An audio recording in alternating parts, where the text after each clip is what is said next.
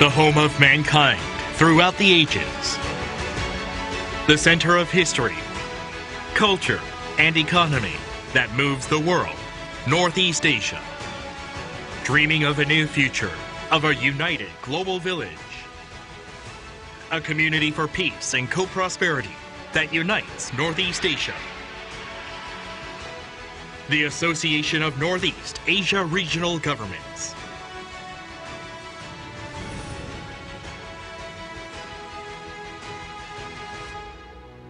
In the globalized era of the 21st century, countries around the world are resolving various issues through international organization. The region of Northeast Asia, which has emerged as one of the world's 3 global economic pillars, is sympathetic to the need to form international collaborative bodies for the promotion of mutual exchange and collaboration among regional governments. As a result, NEAR, the Association of Northeast Asia Regional Governments, was officially launched in Gyeongsangbuk-do Province, Korea, in September of 1996. Through the spirit of reciprocity and equity, trust and respect, NEAR aims to accomplish mutual growth between Northeast Asian countries and contribute to the world peace through collaboration and harmony.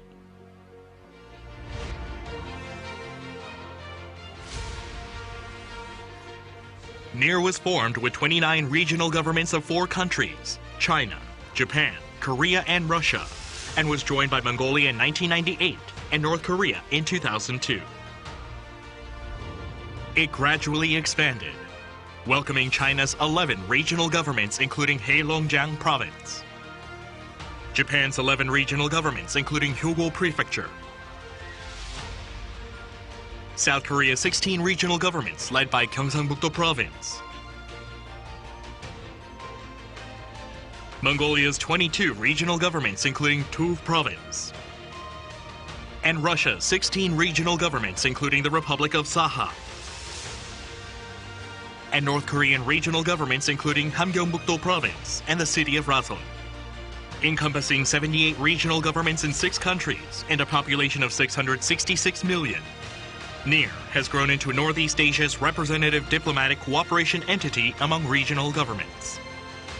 Since 2017, regional governments of Asian countries beyond Northeast Asia have been accepted by NEAR as associate members to expand the arena of exchange and collaboration.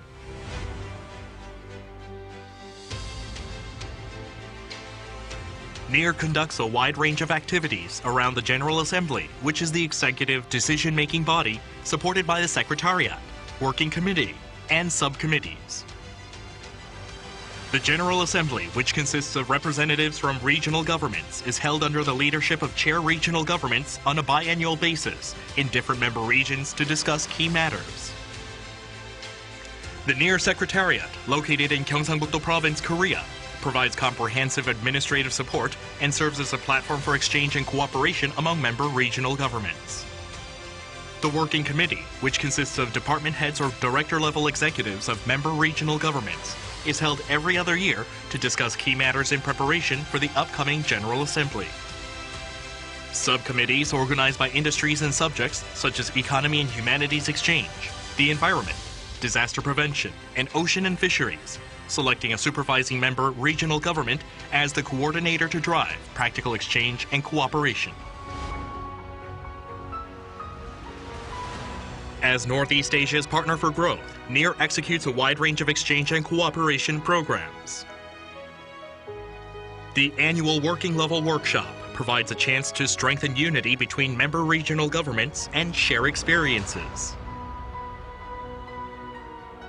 The NEAR International Forum, which is attended by experts from each field, is designed so that detailed discussions and practical idea sharing can take place for the growth of Northeast Asia. By sharing expert knowledge and information, and providing consultation and activity programs, the forum provides a support system for member regional governments in resolving the various issues they face. By hosting the Northeast Asia Young Leaders Forum, which is attended by youths from member regional governments, NEAR seeks to nurture our young people into responsible leaders for the future.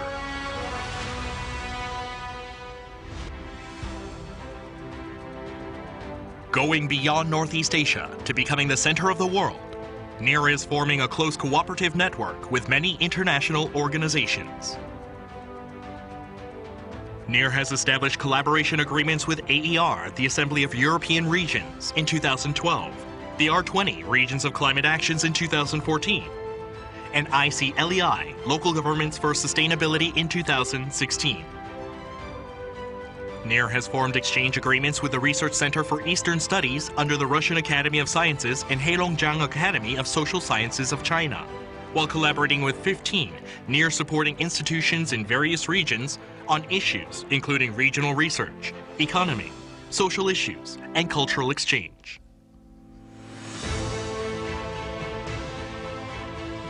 Bringing our future closer. A future of peace and prosperity for one Northeast Asia region, one community. The Association of Northeast Asia Regional Governments will strive to create this future. One Northeast Asia region, one community. The Association of Northeast Asia Regional Governments.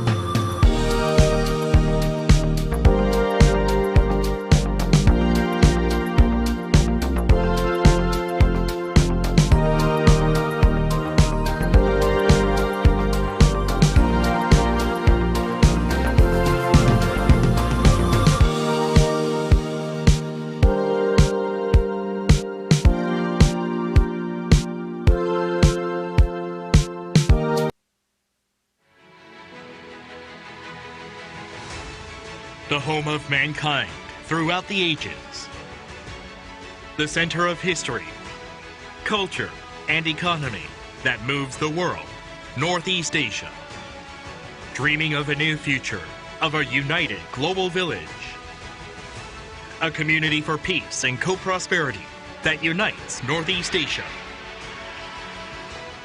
The Association of Northeast Asia Regional Governments.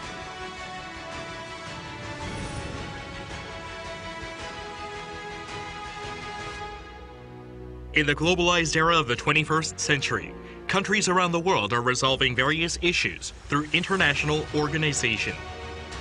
The region of Northeast Asia, which has emerged as one of the world's 3 global economic pillars, is sympathetic to the need to form international collaborative bodies for the promotion of mutual exchange and collaboration among regional governments.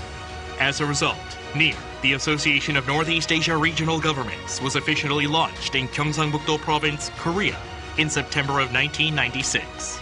Through the spirit of reciprocity and equity, trust and respect, NEAR aims to accomplish mutual growth between Northeast Asian countries and contribute to the world peace through collaboration and harmony.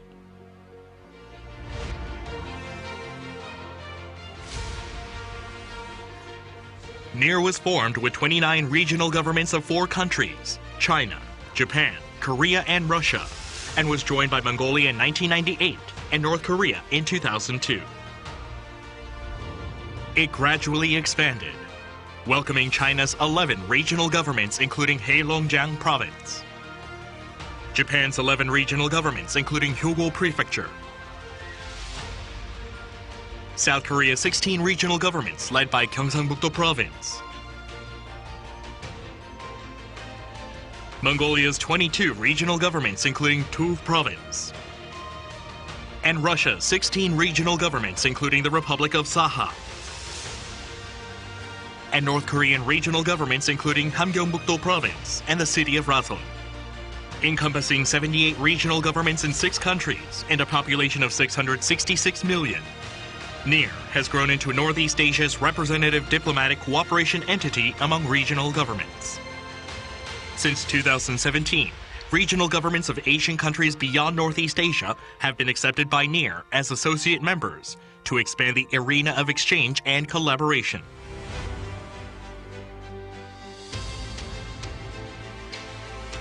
NEAR conducts a wide range of activities around the General Assembly, which is the executive decision-making body supported by the Secretariat, Working Committee, and subcommittees.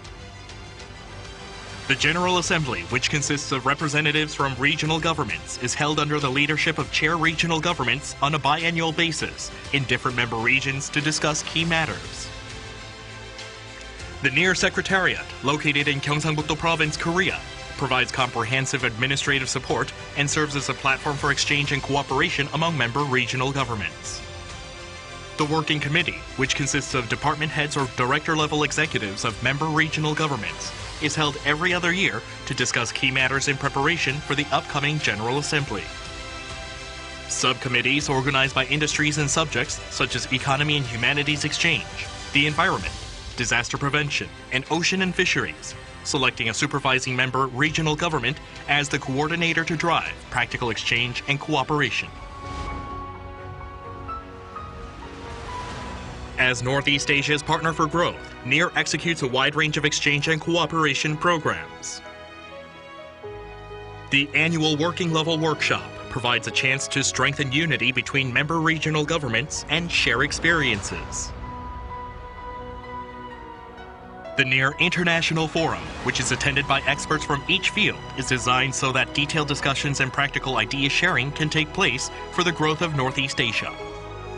By sharing expert knowledge and information and providing consultation and activity programs, the forum provides a support system for member regional governments in resolving the various issues they face.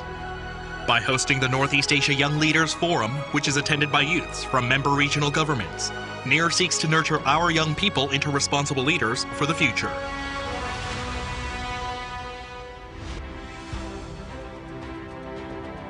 Going beyond Northeast Asia to becoming the center of the world, NEAR is forming a close cooperative network with many international organizations. NEAR has established collaboration agreements with AER, the Assembly of European Regions, in 2012, the R20 Regions of Climate Actions in 2014, and ICLEI, Local Governments for Sustainability in 2016. NEAR has formed exchange agreements with the Research Center for Eastern Studies under the Russian Academy of Sciences and Heilongjiang Academy of Social Sciences of China, while collaborating with 15 NEAR supporting institutions in various regions on issues including regional research, economy, social issues, and cultural exchange.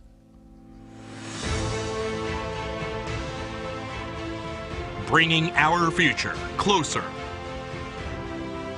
A future of peace and prosperity for one Northeast Asia region, one community. The Association of Northeast Asia Regional Governments will strive to create this future. One Northeast Asia region, one community. The Association of Northeast Asia Regional Governments.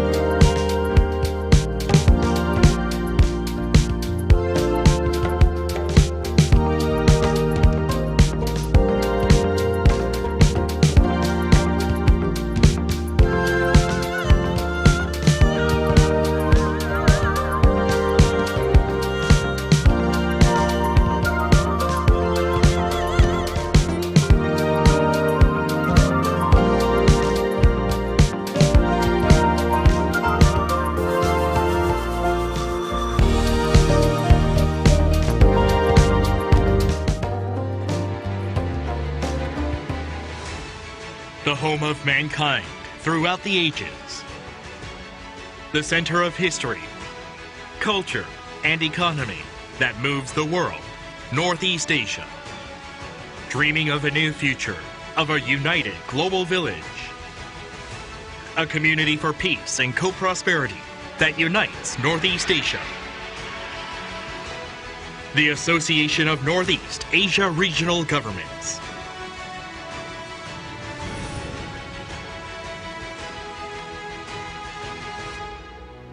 In the globalized era of the 21st century, countries around the world are resolving various issues through international organization.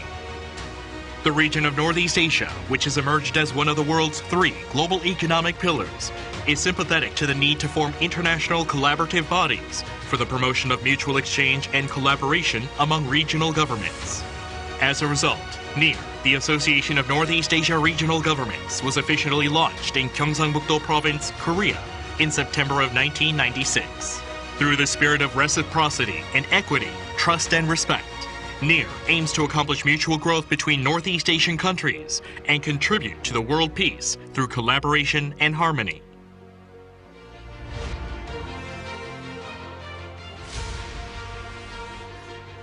NEAR was formed with 29 regional governments of 4 countries, China, Japan, Korea, and Russia, and was joined by Mongolia in 1998 and North Korea in 2002. It gradually expanded, welcoming China's 11 regional governments including Heilongjiang Province, Japan's 11 regional governments including Hyogo Prefecture,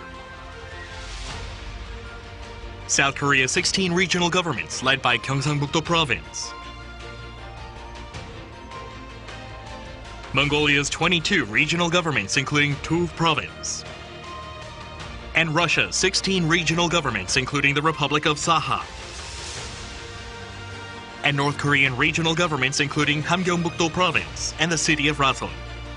Encompassing 78 regional governments in 6 countries and a population of 666 million, NEAR has grown into Northeast Asia's representative diplomatic cooperation entity among regional governments. Since 2017, regional governments of Asian countries beyond Northeast Asia have been accepted by NEAR as associate members to expand the arena of exchange and collaboration.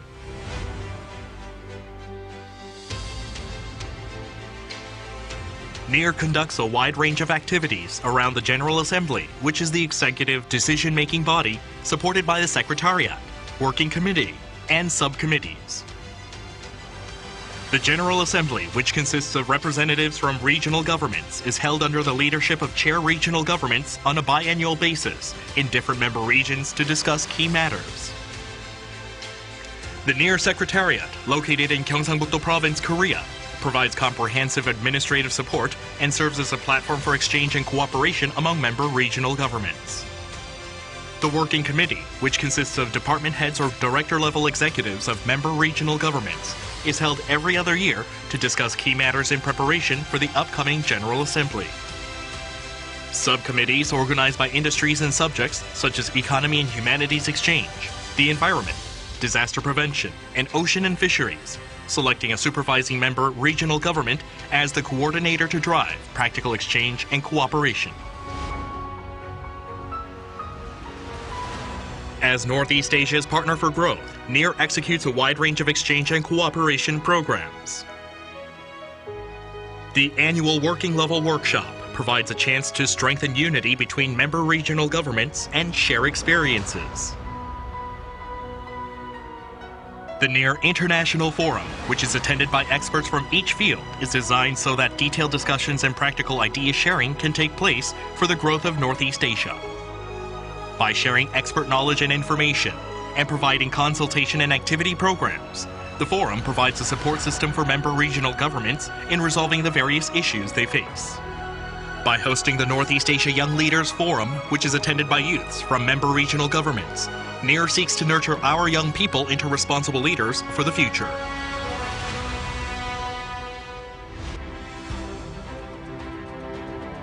Going beyond Northeast Asia to becoming the center of the world, NEAR is forming a close cooperative network with many international organizations. NEAR has established collaboration agreements with AER, the Assembly of European Regions, in 2012, the R20 Regions of Climate Actions in 2014, and ICLEI, Local Governments for Sustainability in 2016. NEAR has formed exchange agreements with the Research Center for Eastern Studies under the Russian Academy of Sciences and Heilongjiang Academy of Social Sciences of China, while collaborating with 15 NEAR supporting institutions in various regions on issues including regional research, economy, social issues, and cultural exchange.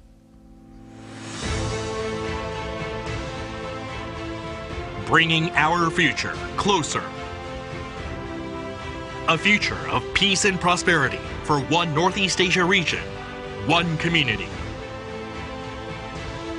The Association of Northeast Asia Regional Governments will strive to create this future. One Northeast Asia region, one community. The Association of Northeast Asia Regional Governments.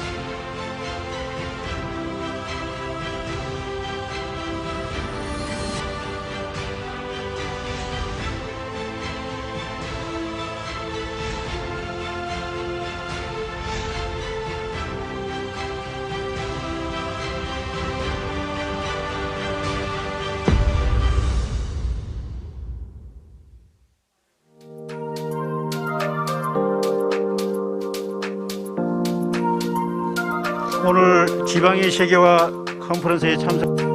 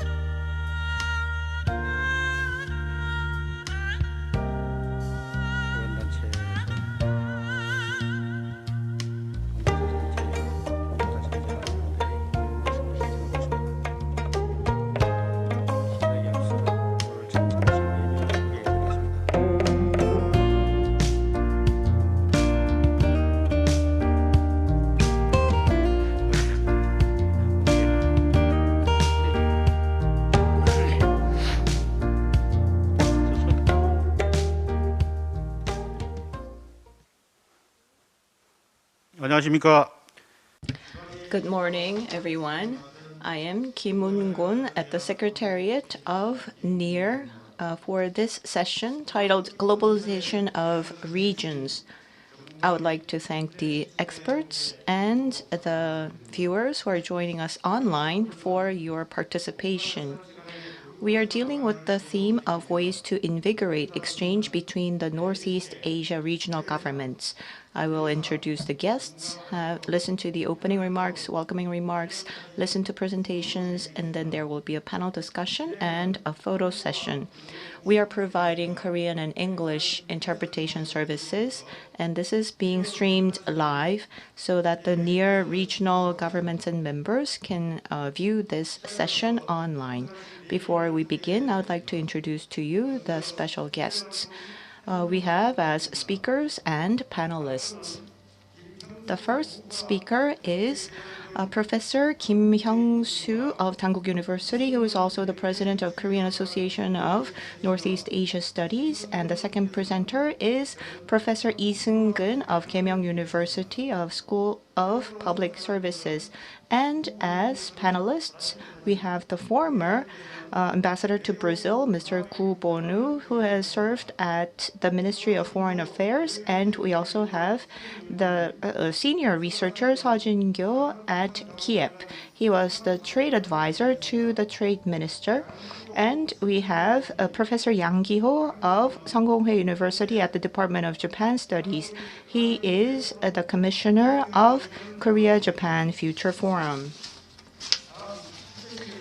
And as the representatives from the hosts, we have the Secretary General Ok Jae Kim of Association of Northeast Asia Regional Governments and Trade and Foreign Affairs Director of Gyeongsang-Bukdo Province, Mr. Han Jae-sung.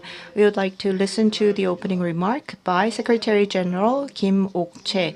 He has served as the minister at the Korean Embassy in Japan and at the Consulate General of Korea in Fukuoka.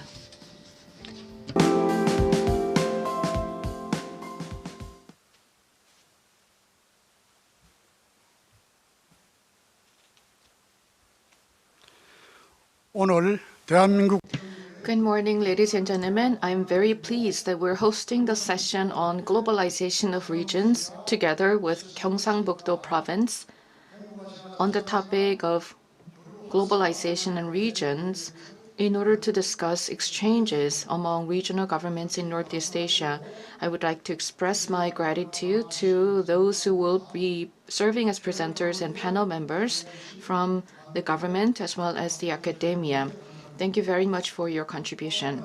I would also like to extend my appreciation to 78 regional government officials from 6 Northeast Asian countries, as well as general viewers who are watching this session on the online platform.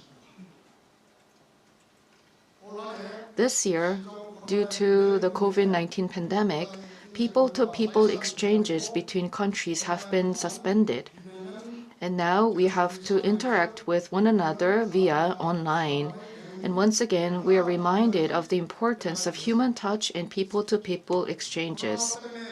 We are faced with many restrictions due to the pandemic, but we still need to promote exchanges and cooperation with regional governments in Northeast Asia in order to search for ways to achieve co-prosperity and development. In that sense, I believe that this session is going to help you find new ways forward for exchanges and cooperation in the post-pandemic era. Even though this session is being held in Seoul, Korea, I hope that all of you will consider the session to be held virtually in your countries of Japan, China, Mongolia, Russia, and other near member countries. I also hope that vaccines and treatments will be developed soon so that we can meet in person, and also that regional governments can carry out their international exchanges and various events. And with that, I'd like to conclude my remarks. Thank you. 총장님 말씀 감사드립니다. Thank you very much, Mr. Secretary General. And now, Director Lee Chul-woo of Gyeongsang-Bukdo Province has given us his remark, and Mr. Han Jae-sung, Director of Trade and Foreign Affairs at Gyeongsang-Bukdo Province, will read his remarks.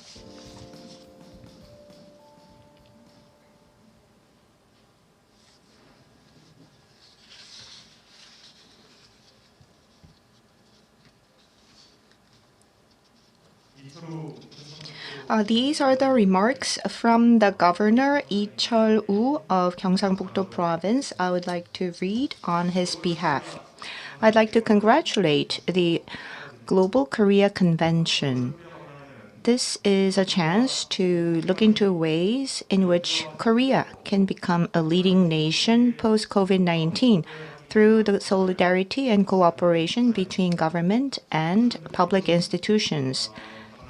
This is a very meaningful convention, and it is meaningful to be talking about ways to invigorate exchange among the Northeast Asian regional governments. I would like to thank the special guests, speakers, discussants, and all the online participants for your conference, and I welcome you all to this conference. Of course, in order to open up a new era of peace and prosperity, we need to be able to talk about the future. The regional governments are free from national interests because they are not central governments, and NEAR started with 29 regional governments in 4 nations in Northeast Asia. It was launched in Gyeongju, Korea. It has grown to 78 regional governments from 6 countries. Gyeongsang-Buk-do Province has led the launch of NEAR and is home to the permanent secretariat. And we have worked hard to extend exchange and benefits of the regional governments who are our members. And going forward, we believe that the role that NEAR can play will greatly enhance. Unfortunately, we see that the barriers between and among the countries are heightening due to COVID-19. But despite this, we need international solidarity more than ever to respond to the pandemic. I hope that in that sense, today's conference will greatly contribute to exchange and cooperation in Northeast Asia. I hope this will be a meaningful opportunity to find ways to invigorate exchange between the Northeast Asia regional governments. Thank you. Thank you very much, Director Lee. Next, we're going to invite the presentations. There are 2 keynote presentations prepared for you. The first presenter is Professor Kim Hyung-soo of Dankook University. He's going to talk about ways to invigorate exchange among Northeast Asian regional governments. Good morning, ladies and gentlemen. As has been introduced, I am Kim Hyung-soo. I work at Dankook University in the College of Public Administration. I'm also serving as the chairman of the Korean Association of Northeast Asian Studies. I'm going to discuss how to promote exchange among Northeast Asian regional governments. And I understand that there are many officials who are participating online from China, Japan, and other near member countries. I would like to focus more on the cases of Korea, and I hope that my presentation is going to be informative for you as well. This is the session on globalization of regions, and in my presentation, I'd like to discuss how regional governments in Korea, China, and Japan can promote exchange with other regional governments. Recently in Korea, since 2016, the Act on Public Diplomacy was enacted, and there is a lot of attention and interest in public diplomacy, and we have been developing various policies to promote public diplomacy for Korea. And in that context, I'd like to discuss how the Korean regional governments have been promoting public diplomacy. So that's going to be the overview, and then let me go into my presentation. Please look at the slides on the screen. Largely, there are 4 parts in my presentation. First of all, I'm going to discuss the concept of public diplomacy because it can be defined in many different ways in the academia. But I will go right into the main messages. Secondly, when we were discussing diplomacy, it was mainly conducted by central governments. But how can we promote diplomacy at the regional governments? This is a big question. When you look at the European countries, they have division of central government and local governments. But in the Asian continent, especially in Korea, there has been a lack of divide between central government diplomacy and local government diplomacy. So, having said that, at the regional government level, what can they do to promote public diplomacy? What contents do they need? There are 6 countries in Northeast Asian region, but I won't be able to cover Mongolia or Russia due to my language limitations. But I focused on China and Japan and Korea and how regional governments in these 3 countries are promoting public diplomacy. I don't know if this is going to be relevant to other countries, and I hope that there will be implications for other countries. But in order for a regional government to promote public diplomacy, what strategies do they need to take? That's going to be the main content of my presentation. First of all, I need to look over various definitions of public diplomacy in the research. In the past, diplomacy was mainly focused on the state government level, but there are many different views you can apply for public diplomacy. There was the 9/11 terror attack in the US, and after that, the importance of public diplomacy has been rising. Now there is a shift away from state-centric diplomacy to multi-centric diplomacy. From the perspective of the regional government, how should we understand public diplomacy? In the past, diplomacy was carried out by the state government, but when you look at the city-states in Europe, there are many different forms of diplomacy that have been carried out by city governments as well. So it means that cities and regional governments can substitute or complement state government diplomatic activities, and this can be called para-diplomacy. So there is a parallel diplomacy between central and local governments. And some scholars use terms such as projection diplomacy and advocacy diplomacy. But what I want to focus on is this notion of city diplomacy and catalytic diplomacy. The Korean peninsula is divided, and sometimes, even though we have the Ministry of Unification at the central government, sometimes regional governments can promote inter-Korean exchanges to improve the inter-Korean relations. And recently, Australia and China had this wine controversy. In the pandemic, there were all these discussions on where all this began, and there was a dispute between China and Australia.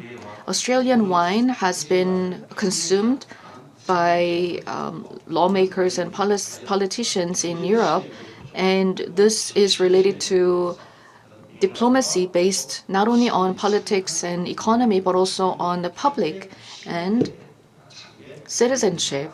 It is all about promoting the image of a country at the general public level and at the grassroots level. So in that sense, I can say that public diplomacy can play an important role.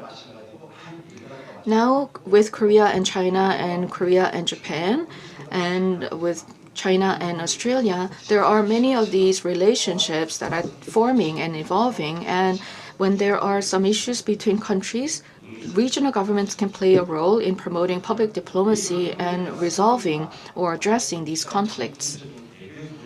In the past, diplomacy was carried out by the state governments, but in the 20th century now, there is more public diplomacy activities targeting citizens of another country. And this is all about promoting the image of a country and the culture to other countries. And now we're moving beyond that we have many state and non-state actors that are involved in public diplomacy, including civil organizations and NGOs and local governments. And they are exchanging and they're promoting exchanges with various non-state actors in other countries. So this is indeed the 21st century new public diplomacy. Now, I'd like to give you an overview of the scholastic discussion of public diplomacy. I am sure that you're familiar with this, so you may refer to my presentation slides for more detail. In the past, diplomacy was mainly centered on the central government, and there was a very limited scope. But now we have many civil governments, civil organizations, and local governments involved in public diplomacy. The scope of public diplomacy is very wide. For instance, BTS, a Korean idol group, is very popular globally. And before that, we had a singer named Psy, and his song was a global hit. And these can be part of public diplomacy as we're promoting our culture.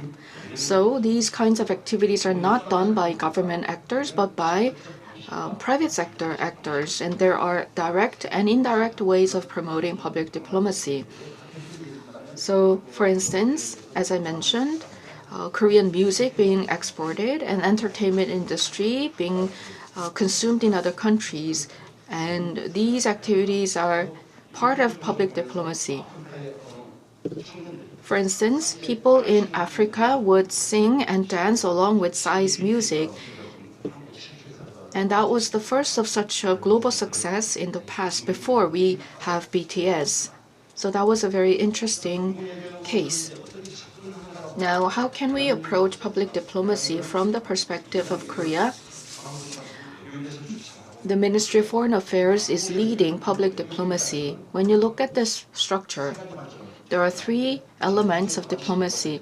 The first component is traditional diplomacy, and secondly, economic diplomacy, and finally, the third element is public diplomacy. There are a lot of discussions, but scholars like Jo Sung-rae would say that we need to utilize soft power. But we have to have hard power in place so that we can exercise soft power, especially in Asia. When you look at the soft power indicators, China, Japan, but of course Japan is ranked higher than China, and then we have Korea and Singapore. So these four countries are ranked as part of top 20.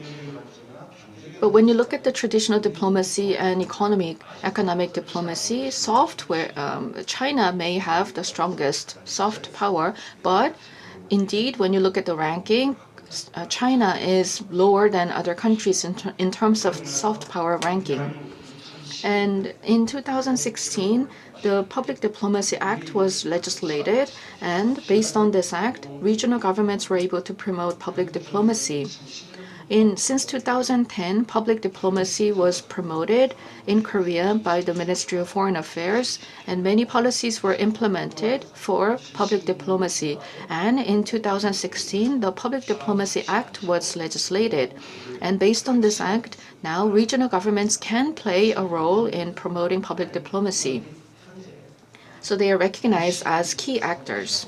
Now we have 4 or 5 years passed.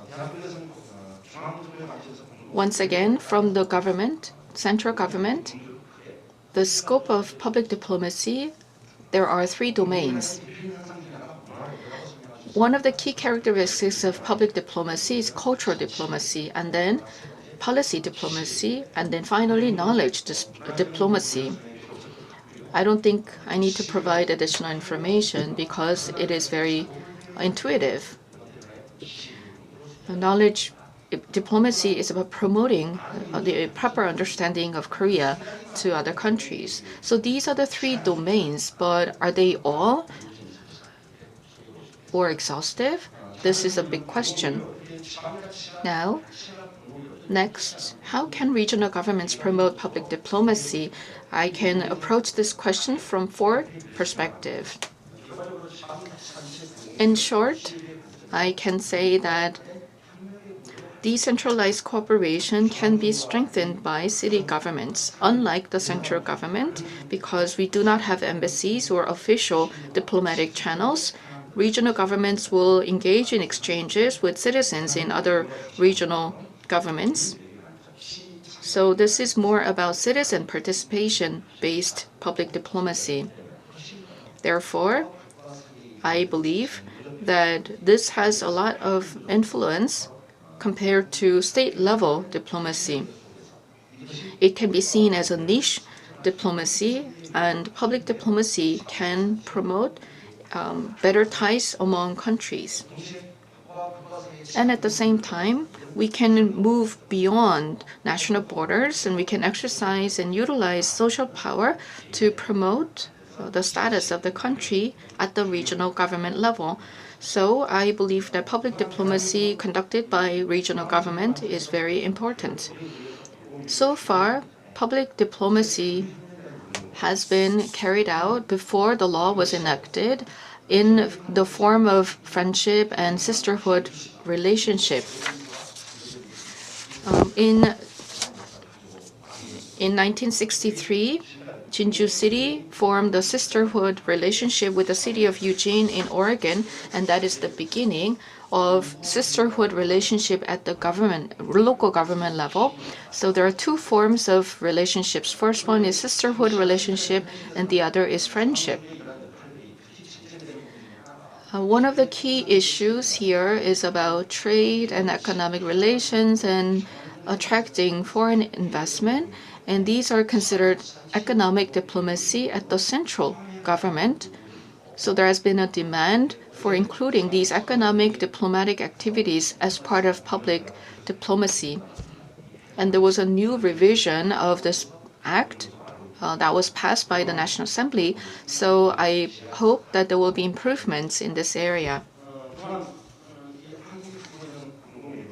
When you examine public diplomacy in Korea, I'm not sure if other countries are having similar experiences, but when I look at the Korean public diplomacy, there were some limitations. We were relatively passive in engaging in exchanges, and there were particular people who would lead public diplomacy, and that had limitations. And also there was a lack of understanding on the other party. And there are some distance issues because we're far away from the Americas and Europe and Africa. In some cases, some public diplomacy efforts at the local governments were one-off events. So you can summarize the limitations into 4 categories. First of all, there was lack of information, there is lack of activism, and also there is lack of content because of geographical distance, and finally there was a lack of content. Now let's take a look at the examples of other countries. First of all, China. How China is promoting public diplomacy. There is Confucius Institute that is well established. The Confucius Institute, however, was driven by the central government of China. So now in the US and some other countries, Confucius Institutes have been dwindling. But now the government of China is trying to revitalize the Confucius Institute by establishing this as a private organization so that this can be serving as a channel for public diplomacy for China. Now, there is an association called Chinese People's Association for Friendship with Foreign Countries, and this has been well promoted. Now, in collaboration with regional governments, the association is carrying out various activities. Let's move on to the cases of Japan.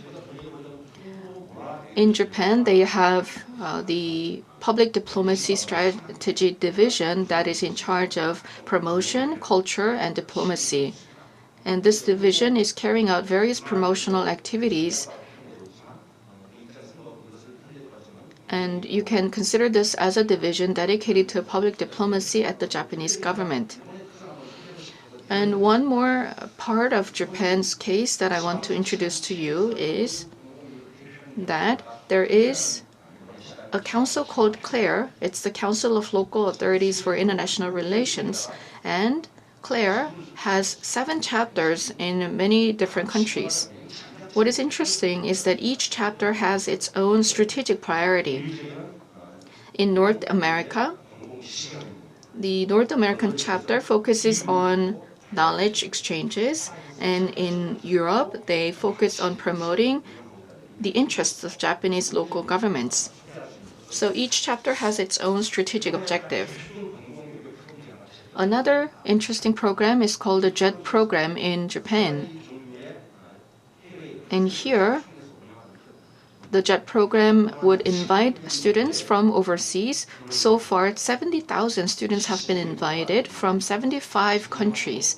And last year, 5,900 students visited Japan, and they would engage in activities with various local governments in Japan.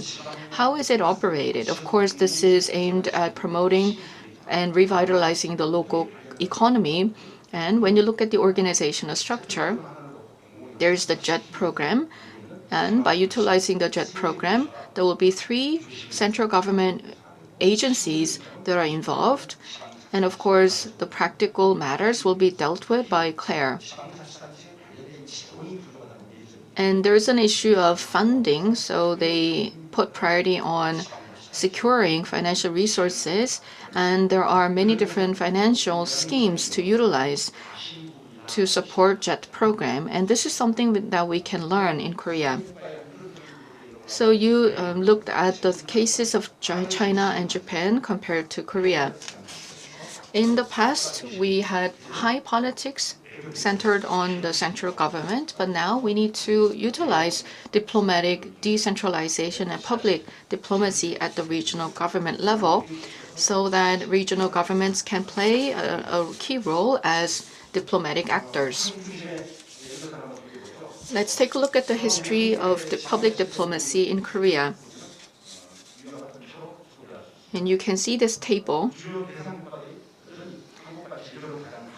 We are mainly engaging public diplomacy with nearby countries, including China and Japan. And in Eurasia, we have relations with Mongolia and the US. So public diplomacy at the regional government level was mainly focused on China, Japan, and the US. And we also have some exchanges with Russia and the Philippines. There are 11 different types of exchanges promoted by the regional governments in many different areas. Public diplomacy activities have been carried out. So we are already beyond the scope of public diplomacy dictated in the law. There is knowledge, there is politics, and there is culture. And Korean regional governments have been engaged in policy exchanges, knowledge exchanges, and culture exchanges. But there are some inherent limitations in public diplomacy by regional governments. And because there are many differences in our political circumstances, there are external limitations as well. And even though we have the Minister of Foreign Affairs, we need a control tower that can govern public diplomacy in Korea. In short, these are the kinds of strategies we need to pursue. First of all, we need to engage in public diplomacy based on a firm identity of the local government. And in that sense, we need to cater to the international needs, and regional governments have to come up with their own policies based on their firm identity. And then they have to establish their own public diplomacy strategies based on so-called RISE public diplomacy. And these are the kinds of roles that they can play. In the interest of time, I would have to skip some of the slides. And thank you very much for your attention. Thank you very much. Professor Kim Hyung-soo talked about public diplomacy. And now we will invite Professor Lee Seung-gun of Keimyung University, who was the former president of Korean Society of Contemporary European Studies, who is going to talk about ways to invigorate exchange between Northeast Asia regional governments based on the realities of exchange between European local governments. Good morning. I am Lee Seung-gun, as was introduced. I would like to thank the hosts, 2020 Global Korea Convention, and the session is headed by Gyeongsang-Buk-do Province and NEAR. So I'd like to thank the two hosts of the Globalization of Regions session. And I would like to thank the online participants of the NEAR regional governments and our members for your active participation. You may refer to the slides. I am going to talk about ways to invigorate exchange between Northeast Asia regional governments based on the realities of exchange between the European local governments. And why did I mention focusing on AER, Assembly of European Regions? Let's look to the following slides. So at the end of the day, Europe has done quite a good job. There was the EU and there were the regional governments who provided a lot of feedback and opinions to the EU. They were quite active on that front. NEAR, I think, can gather a lot of insight from the European model. And so I'd like to go into detail into what AER has done so far. And so, after a brief introduction, I'd like to talk about the launch and the status of AER, its characteristics and structure, and the cooperative relationship between the EU and the European regional governments. The cooperation still continues to this day, and I'd like to talk about the exchange amongst the European regional governments and what implications does the European model have on the exchange facilitation in the Northeast Asia region, and then I will conclude. NEAR is emphasizing reciprocity and equity.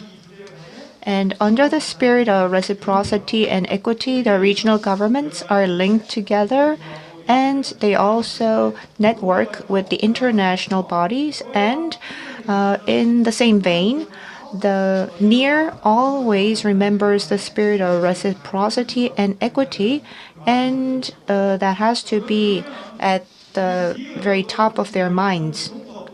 And not only Northeast Asia, but we can contribute to world peace. And so that's what I'd like to focus on. And Cohen, he is a neoliberalist scholar and he's very much focused on international cooperation. There could be difference of opinions between different governments, but what does cooperation mean? The regional governments and different actors must coordinate their different policies, and NEAR plays a very vital role as the coordinator. And so there are expected positions of different parties, and there needs to be cooperation amongst the regional governments at the subnational level and at the government level. And like the EU, we could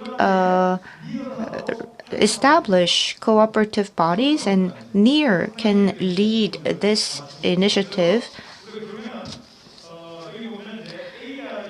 We have the AER in Europe, and we have signed an MOU. So there is an MOU between NEAR and AER. We will focus on AER first because we can learn not only about the cooperation in Europe, and we can gather insight that can be applicable to Northeast Asia. Right now, I looked up the website, and there have been 4 MOUs signed, AER, and also with the Institute of Oriental Studies of the Russian Academy of Sciences, and with R20, and with ICLEI. And so NEAR is quite an active partner in the world arena, and I think you need to further expand your network. Let's look at the history of AER. European integration As you remember, it goes back to 1967. It started with the European community. And what will the regional governments do when Europe is integrated? And their voices cannot be individually heard at the EC. And after 20 years, AER was formed to represent the regional governments at the European level. And other than that, there's the regional bodies and the Council of the EU, and it has a lot of impact on the funding and the decision making at the EU level. I am going to talk about this later. In 1990, AER. So the Cold War era ended, and we have many international bodies, but AER has published the Tabula Regionum European for the first time. And I think NEAR can emulate this, showing that Asia is not just composed of countries, but also of regions. And the Maastricht Treaty was signed, and the principle of subsidiarity was adopted. What this means is the EU does not take action unless it is more effective than action taken at national, regional, and local level. So this is the famous principle of subsidiarity. NEAR, I think, can take lessons from this. There are local governments and regional governments and national governments in Northeast Asia. And in implementing the policies, the regional government's opinions and voices can be heard at a higher level. And that has been achieved by AER in the European context. Regionalism was promoted in 1995 in Europe. And for your reference, this was the process of European integration. Why was Europe integrated? There were so many wars, including the two world wars. And so they felt the need for Europe to come together. And in 1952, ECSC was launched. That was the beginning. And it has evolved into EU. Unfortunately, internally, there were many conflicts, and the UK exited with the final decision at the referendum, and thus the Brexit. The map shows the 27 member states of EU. There are many regional governments in the area. Through the AER and through individual means, they advise the EU, and there is cooperation, and they're leading the future of Europe. So there is a lot that NEAR can do, looking at what AER has done so far. And this is the regional map of Europe. I hope that in NEAR we can have a display of regional governments that are active. 막 그러니까 유럽이 이게 이제 협력이 잘 되다 보니까 There has been a lot of cooperation, and so many different bodies and organizations have cooperated to make this cooperation more feasible. And AER is connected to all these international bodies. And I think the same can be achieved by NEAR. I think NEAR should and can expand its network. And so continuing with the status of AER, looking at the last bullet, the last treaty to be signed in the EU is the Lisbon Treaty, and it talks about multi-level governance. And all the institutions must lead at different levels, and this is what multi-level governance is about. And AER is recognized as one of the main actors of multi-level governance. And then what is the characteristic of AER? EU has 27 member nations and AER has a wider membership. Even if it's not an EU member nation, Russia and Turkey is included in AER. We have Russia and China in NEAR. There are liberalist countries and non-liberalist countries in NEAR. And likewise, AER had embraced the former communist countries as well. And so within the AER, there are 250 autonomous governments and there are 15 regional bodies. And they have impact on the EU, Council of Europe, and UNDP. This is a UN international organization. And so throughout these efforts, AER acts as a sort of a lobbyist. And I think NEAR can also lobby for its interest to the national governments and to the Northeast Asia regional bodies and represent the local governments and have a visible impact. And I think NEAR should position themselves like that. So in understanding AER, EU can connect to the regional governments through AER. And so we do have higher expectations for the regional governments to become more active players. This shows the distribution of AER member states. Russia is included here. Turkey is also included. And the Scandinavian countries are all colored green. Norway is not an EU member state, but it is part of AER. Indirectly, it has some impact in the EU decision-making. Looking at the important bodies of AER, there is the Executive Board, General Assembly, Political Bureau, and committees.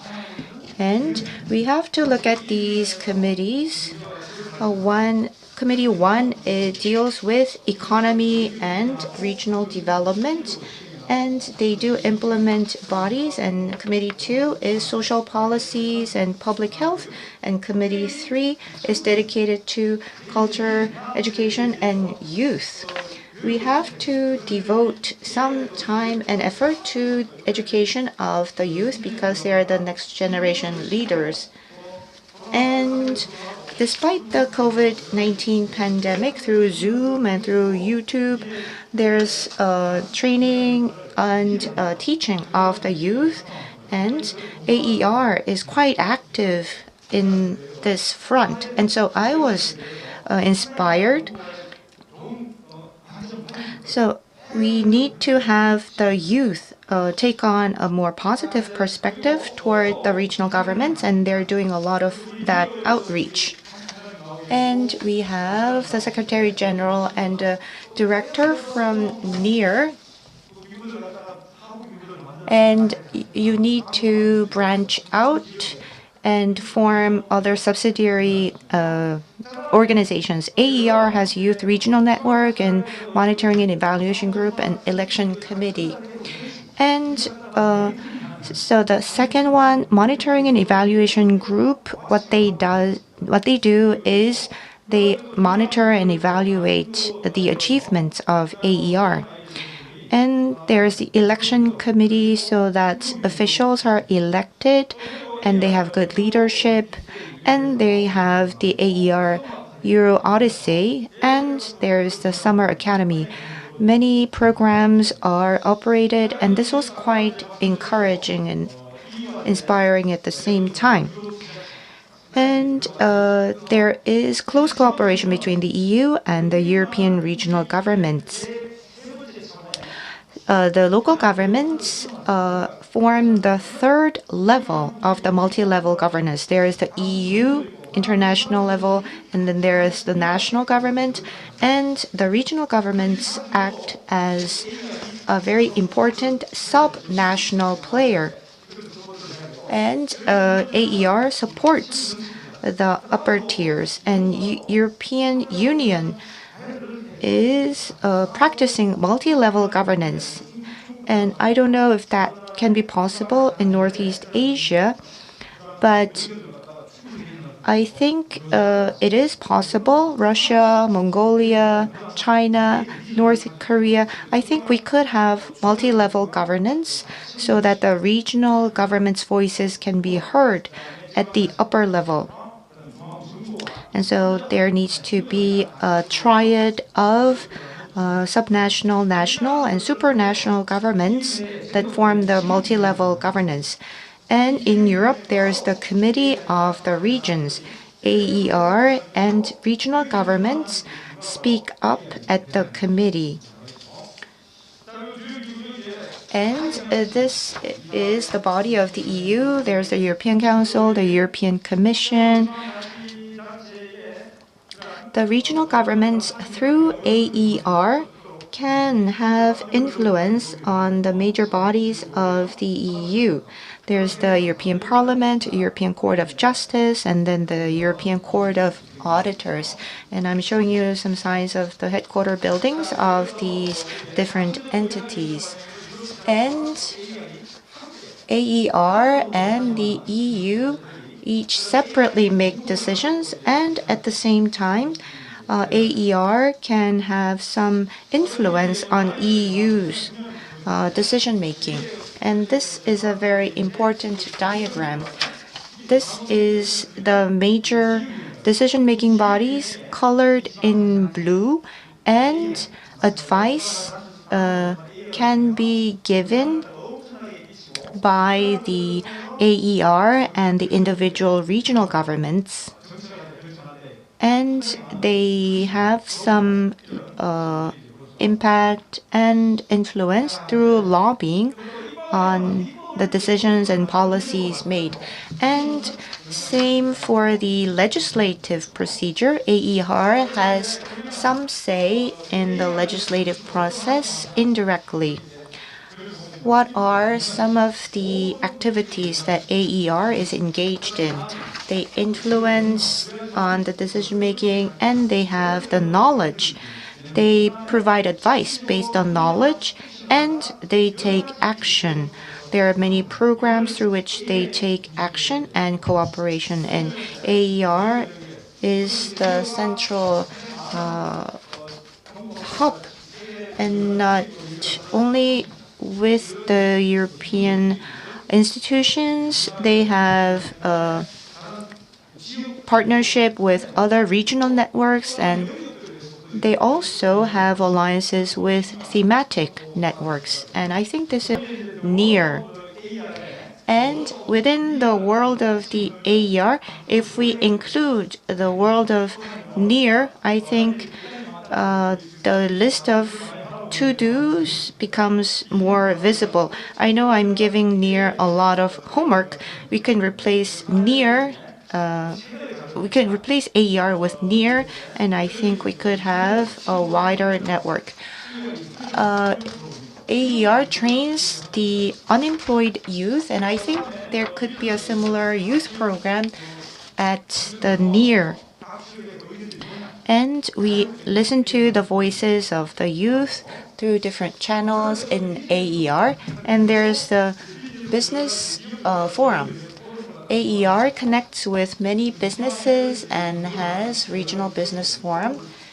So the businesses based in different regions get together, and this forum was held in November this year, and Serbia participated in the forum. We could have potential members in near, including North Korea and Russia, and we could have a similar regional business forum. And there are networks amongst the European regional governments, and please read them at your leisure. And there are thematic networks. And so this is my concluding remark. Why is NEAR important? Because we need the NEAR-like institutions, because we rely on neoliberalism for international cooperation. Even if we don't want, through regimes and through international bodies, the structure is set for international cooperation. And as EU has evolved, NEAR can have this roadmap and can grow gradually. And we need to benchmark AER. And so I hope that you will pay due attention to the European model. And we have different ideas and opinions in Northeast Asia, and NEAR should play the coordinator. We had the six-party talks in 2009. The talks have been suspended, and there is nothing that is being achieved in the region, and I think NEAR should step up. We need visibility, information, there needs to be close contact, and there needs to be support for the players. And we need to also connect with other bodies like Shanghai Cooperation Organizations, with ASEM, ASEAN, and with APEC. I know it's not going to be easy in Northeast Asia because there are territory disputes, historical issues, and North Korean nuclear issues. But in the neoliberalist age, even if the countries do not want to cooperate, the times are calling for cooperation, and if NEAR sets the foundation, then the countries will be willing to cooperate. I hope that we can emulate the AER model. As a professor who has engaged in the European studies, this is my hope. I would like to thank you for your attention. Thank you. 예, 이성근 교수. Thank you very much, Professor Lee Sung-gun, for your presentation. You have given us a lot of homework, a lot that NEAR has to do in the future. This is the end of the presentation portion of the program. Please give them a warm round of applause. We will now have the panel discussion. Before we begin the panel discussion, we would like to have a short break. Right now, it's 9:52 a.m., and we are going to begin the panel discussion session at 10 a.m. Thank you.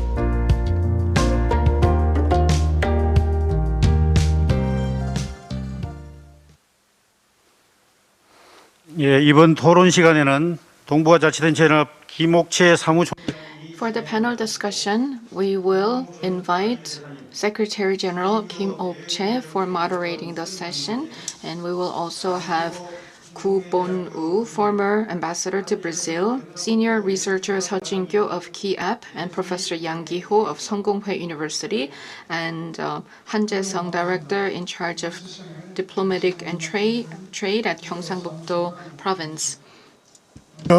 주제 발표를 Yes, we have the two professors who had given us presentations, Professors Kim Hyung-soo and Lee Seung-gun. You prepared a lot. I'm sorry that we could not give you much time for enough presentation. And we have the four panelists.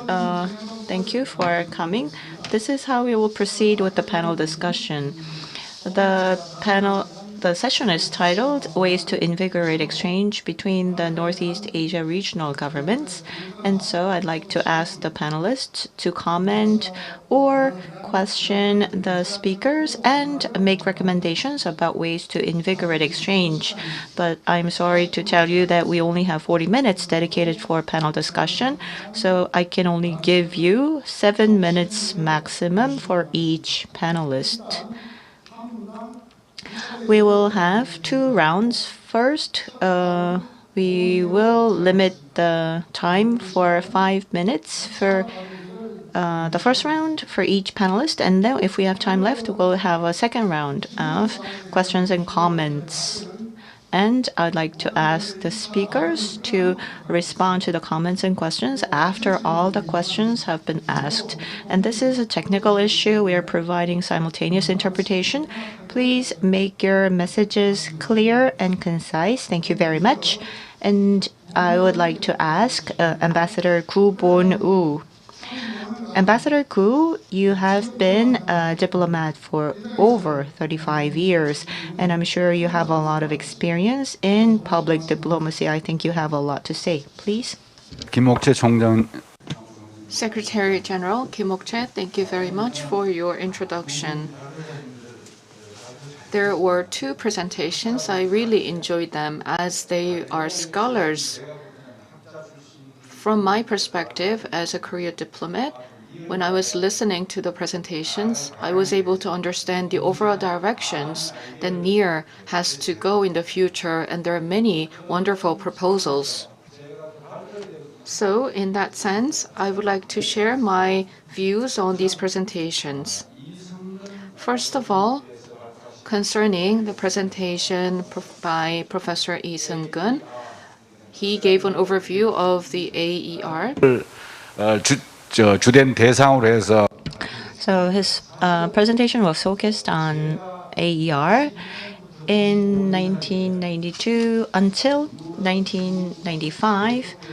I was working as part of the Korean representative to the EU, and I was able to witness firsthand the European sentiment right before the Maastricht Treaty was signed. And so his talk was quite, it brought me memories. There's talking about regionalism in the EU. It is quite different from the regionalism in Northeast Asia, needless to say. Since the feudal system in the Middle Ages, they've had a different system, and there has been autonomy, almost close to sovereignty, that has been guaranteed to each regional government, and that has continued to this day. And there was talk of supranational EU integration. The EU was formed, and when the talk first came out, there was a lot of resistance coming from the people and the citizens and the regions. The EU will not be able to reflect the different regional interests, and the EU will be just pushing out unilateral policies, and the people were afraid that their autonomy would be hurt. And so that was the birth of regionalism in the EU, and that is the founding, that is at the basis. With respect to Professor Kim's presentation on public diplomacy, and promoting exchanges among regional governments. I believe that it contained all the answers. He pointed out some of the limitations and challenges and what we need to do in the future. As Secretary General Kim Ok-chan mentioned when he was introducing myself, I have some experiences as a career diplomat, and I'd like to make some comments based on my own personal experience as a diplomat. We're now discussing public diplomacy in promoting exchanges among regional governments. I think that this is a good approach, and it is a valuable approach, of course. But in reality, when you try to exchange with other regional governments, there are some national government diplomacy, and we don't have to care too much about what the central government is trying to do in terms of diplomacy because regional governments have their own interests. And as was mentioned in the presentation, there aren't many commonalities among regional governments in Northeast Asia. So it's not easy to form friendship among governments in Northeast Asia because of many reasons. So public diplomacy will happen as a consequence, but the primary objective is to promote understanding among regional governments, and we have to think about what we can gain from exchanges with other regional governments, and that should be our number one priority. And based on my experience, I would like to say that when there is sisterhood relationship, it's called a sister cities, right? And in French or other languages, they sometimes use the expression twin city or jumelage in French. So they used this notion of twins. In the Asian culture, I think that it should be called as brotherhood rather than sisterhood because we have this brotherhood notion in the Oriental culture. Then why do we use the term sisters? When males get together and form brotherhood, they may be a little dry and not enough emotional touch, but when sisters are together, there is a lot of emotional connection and at the deeper level. Maybe that's why the sister is used for such relations. And that is my first round comment. Thank you. 감사합니다. Thank you very much. Ambassador Koo gave us some comments. We need not be too mindful of different aims and objectives of the regional governments. And now I'd like to invite Dr. Seo Jin-kyo from Kiev. He has researched multilateral trade of WTO and bilateral trade policies in FTA, and he is an expert on agricultural trade.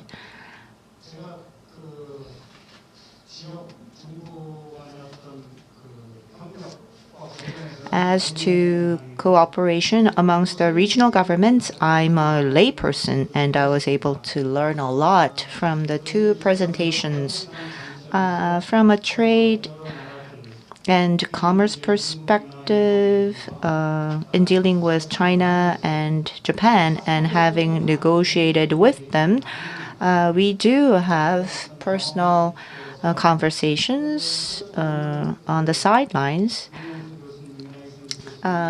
Listening to Professors Kim Hyung-soo and Lee Seung-gun, I thought about how we can have more exchange amongst the regional governments in Northeast Asia. I think their positions are different and should be different from the central governments. And as was mentioned by Professor Kim Hyung-soo, each regional government has its unique identity and culture and philosophy, and they need to hold on to that. Otherwise, the cooperation will not be sustainable. I think the theme of cooperation should be directly related to enhancing the quality of life of the residents, and it has to directly reflect the interest of the residents. And then we can find the connection with the central governments. And the regional governments can still have their colors intact. As for garbage recycling, this is directly related to the people's lives. And Region A had some success in certain waste recycling policies, but certain aspects had issues, and they're looking to other regional governments or in the same country or in different countries for advice. And I think this is a matter of mutual interest. And so we can start small, anything that is directly related to the people's lives. And I can think of many examples. I live in Seocho-gu of Seoul, and some zones are designated as no smoking areas. And what happens when certain zones are designated as non-smoking areas? And there are certain programs like we have the aging societies in Northeast Asia, and we could have some health programs for the elderly, and the regional governments have a lot of these programs in place. And so people could share notes. How effective was your program? Did the elderly residents appreciate the health programs? Do you think this is a good policy? Do they feel that this is a good policy? This is directly related to the people's lives. So I think the regional governments can invigorate exchange starting from that. And we can think of different age groups. The younger people have different ideas from the older people. The youth are the next generation leaders. And if we have more exchanges with and amongst the younger generation, then this will lead to a more active cooperation as they get older between the different areas. So we can think of many youth programs. And I have many ideas, but I will keep them later for the second round. Thank you. 예, 감사합니다. Thank you very much.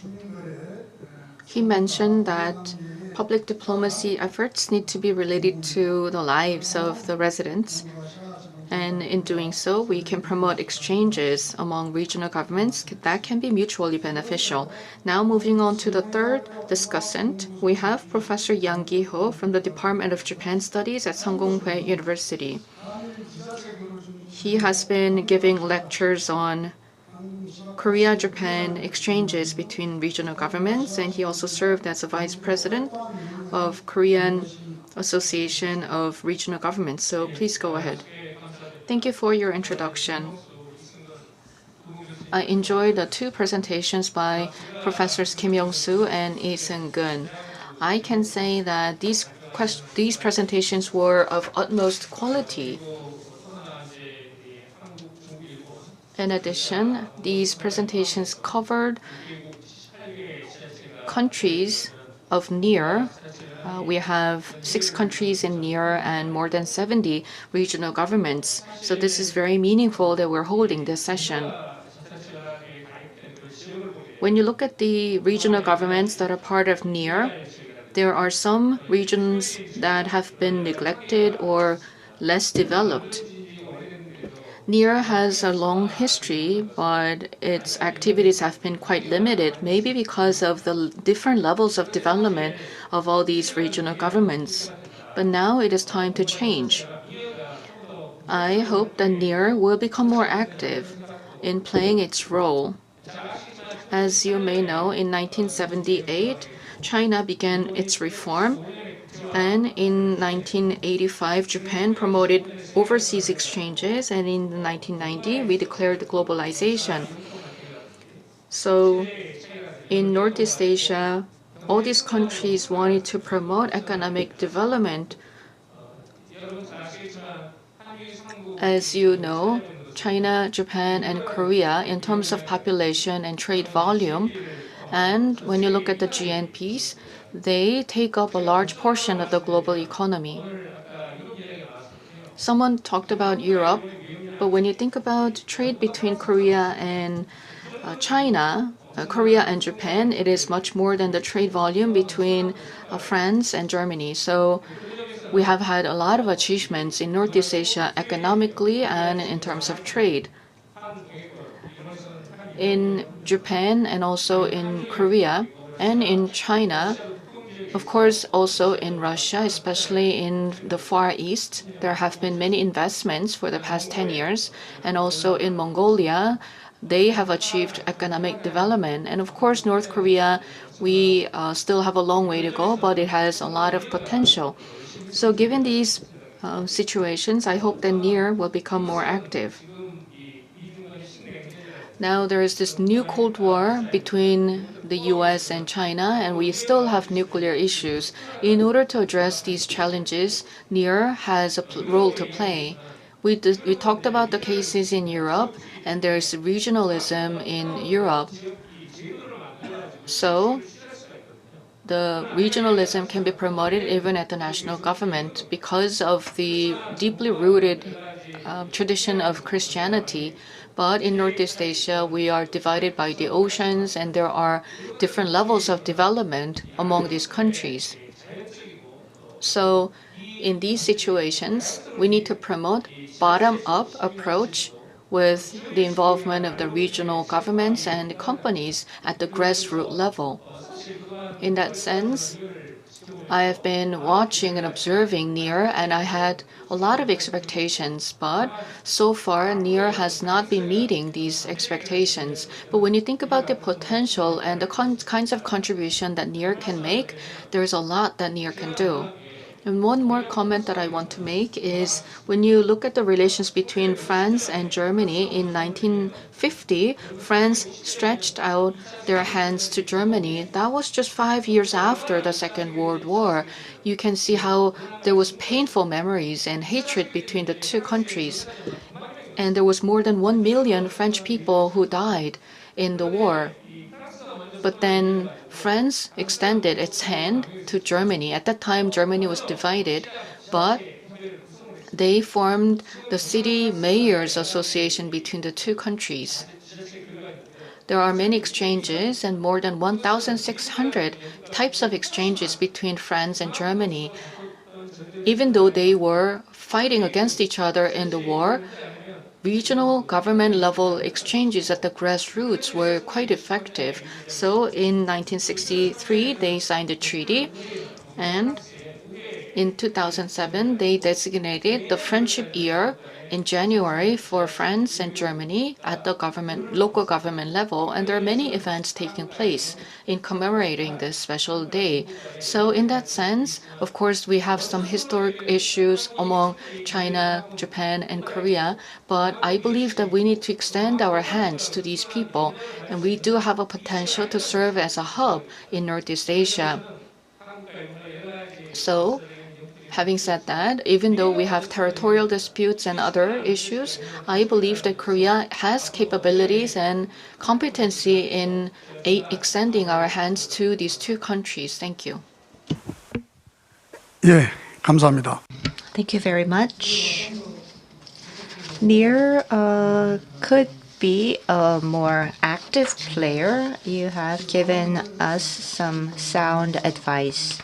And as the Secretary General of NEAR, I do feel a huge sense of responsibility. The NEAR platform is a useful platform. Hamgyeongbuk-do and Rasan Special City are members of NEAR, but due to the circumstances, they cannot physically participate. But we should take the initiative more strongly. And of course, you mentioned the Korea-Japan relations. I think we should have more confidence and be more active in improving their relations. Yes, we will take your word to heart. And as the last panelist in the first round, I would like to ask Director Han Jae-sung of Gyeongsang-buk-do Province, who is the co-host. And very unique as a regional government official, he has been dispatched to the US for a long time and is responsible for public diplomacy in Gyeongsang-buk-do Province. I would like to thank the NEAR Secretariat for your hard work behind preparing this session. The panelists have emphasized the importance of the regional governments and their cooperation in the Northeast Asia, and I do feel the responsibility since the Secretariat of NEAR is based in Gyeongsang-buk-do Province. I think the most important spirit is mutual respect and the spirit of co-prosperity, and we need to engage in sustainable projects. What can Gyeongsang-buk-do do best? We have overcome economic challenges and we became one of the top 10 largest economies. And this was driven by the Semaul movement. And we could share the knowledge with the third world countries. We have advanced agro-technology and Gyeongsang-buk-do can excel in sharing the agricultural technologies. And we put a lot of weight on the Semaul movement and we cooperate with other nations. 56 villages and 15 nations, they have been applied the Semaul movement and they built Semaul villages.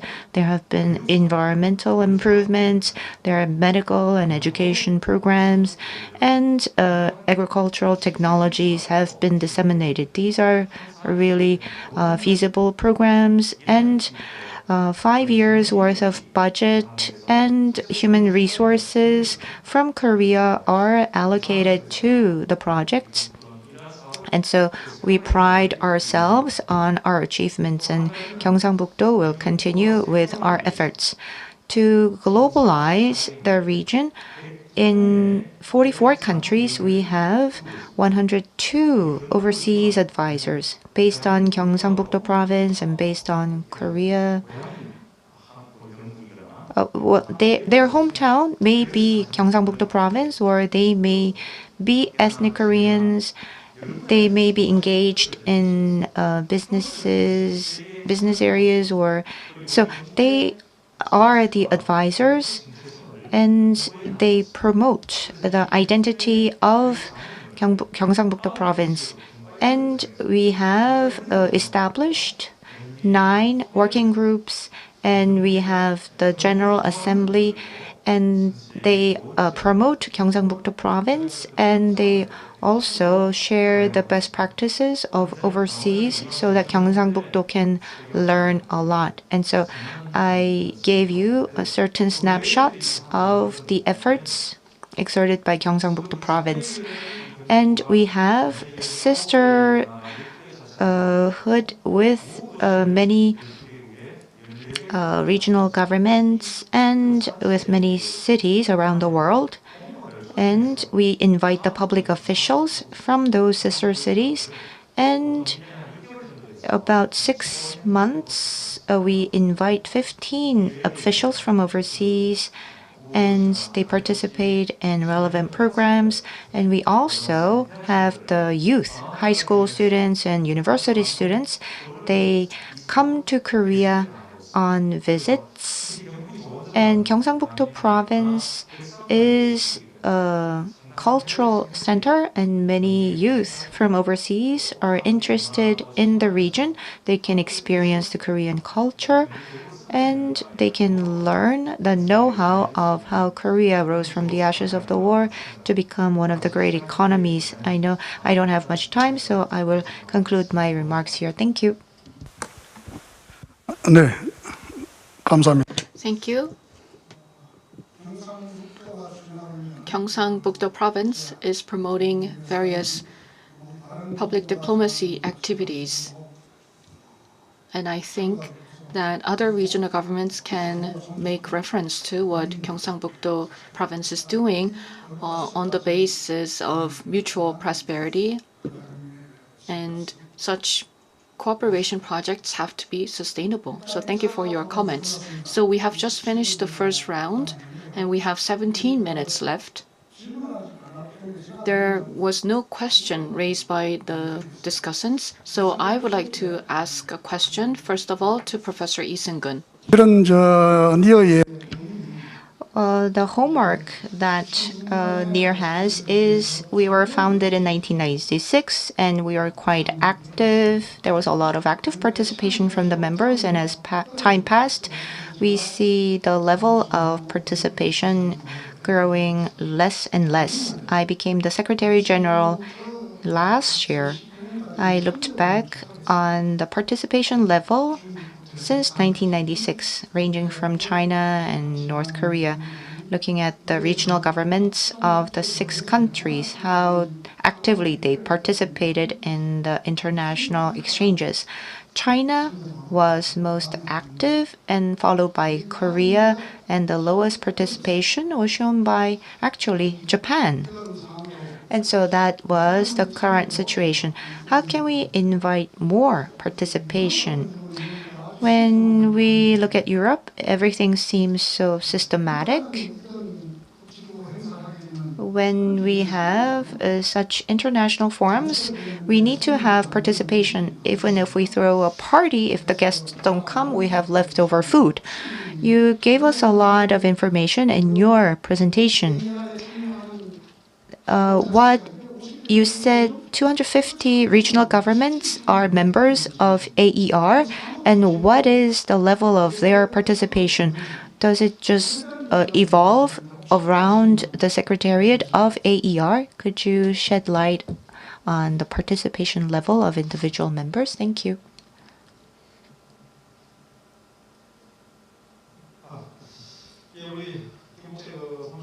Secretary General Kim Ok-chae, thank you for your question.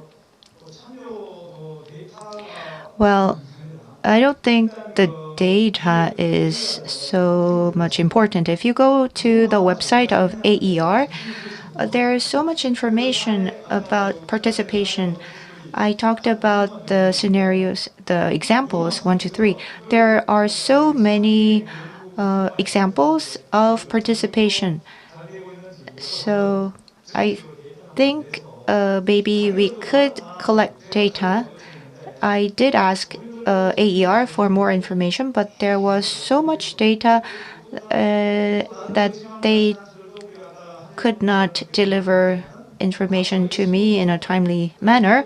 And so everyone is engaged in everything, and AER represents the regional governments and speaks out in different international bodies, and they represent 35 countries. And so there are so many connections to and from AER.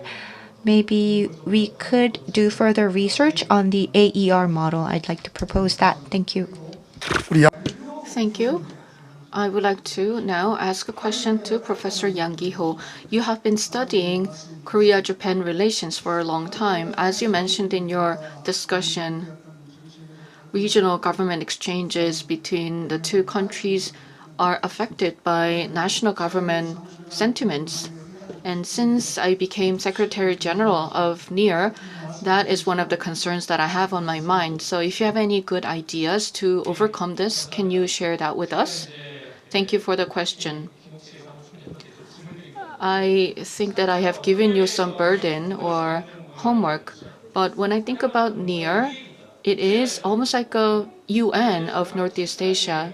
We have 78 regional governments that can be considered as individual member states, and Secretary General is like the Secretary General of the UN. And we have to take that approach, otherwise NEAR may not be as effective.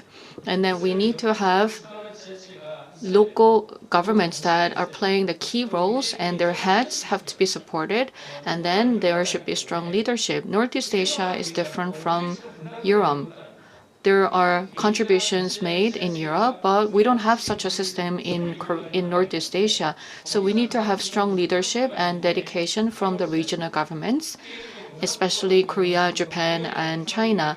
For instance, in Gyeongsang-Buk-do province, they provide budget for the secretariat, but we still have historical issues and territorial disputes, so there's not a lot of exchange with prefectures in Japan.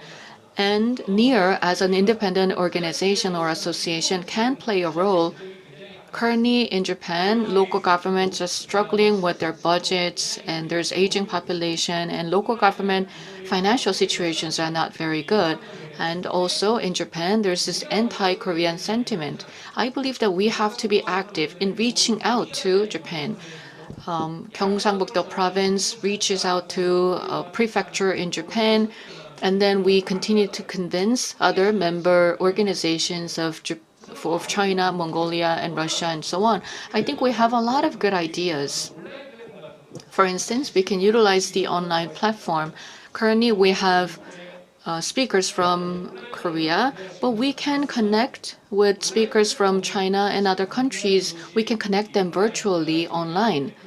Because of the pandemic, we have to utilize the online platform, and I hope that NEAR will develop its online platform so that this can be used as a communication channel.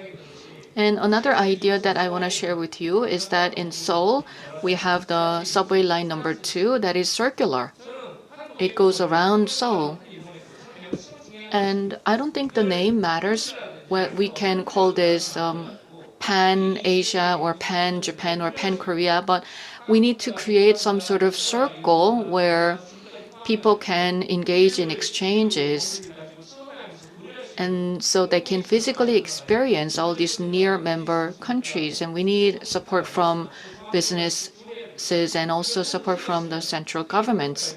But if we have such a willingness, if Korea and Japan join hands together, then we can make a lot of progress. And in that sense, I hope that regional governments in Korea and Japan will take leadership and be more active. Thank you. 교수님께서 Thank you, Professor Yang.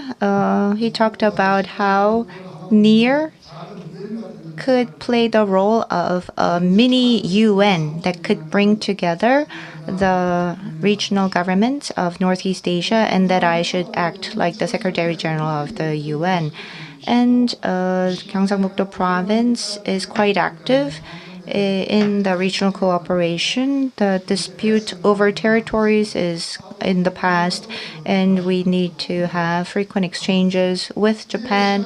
And now we have less than 10 minutes left, and we will have a second round of discussion. Please raise your hand, and I will give you the microphone. Professor Kim Hyung-soo. 이 니어의 역할에 대한 I think that there are high expectations upon NEAR, but as far as I know, 9.6 trillion won is the budget for Gyeongsang-Buk-do province, but 1.6 billion won of budget that they allocate for NEAR is very valuable.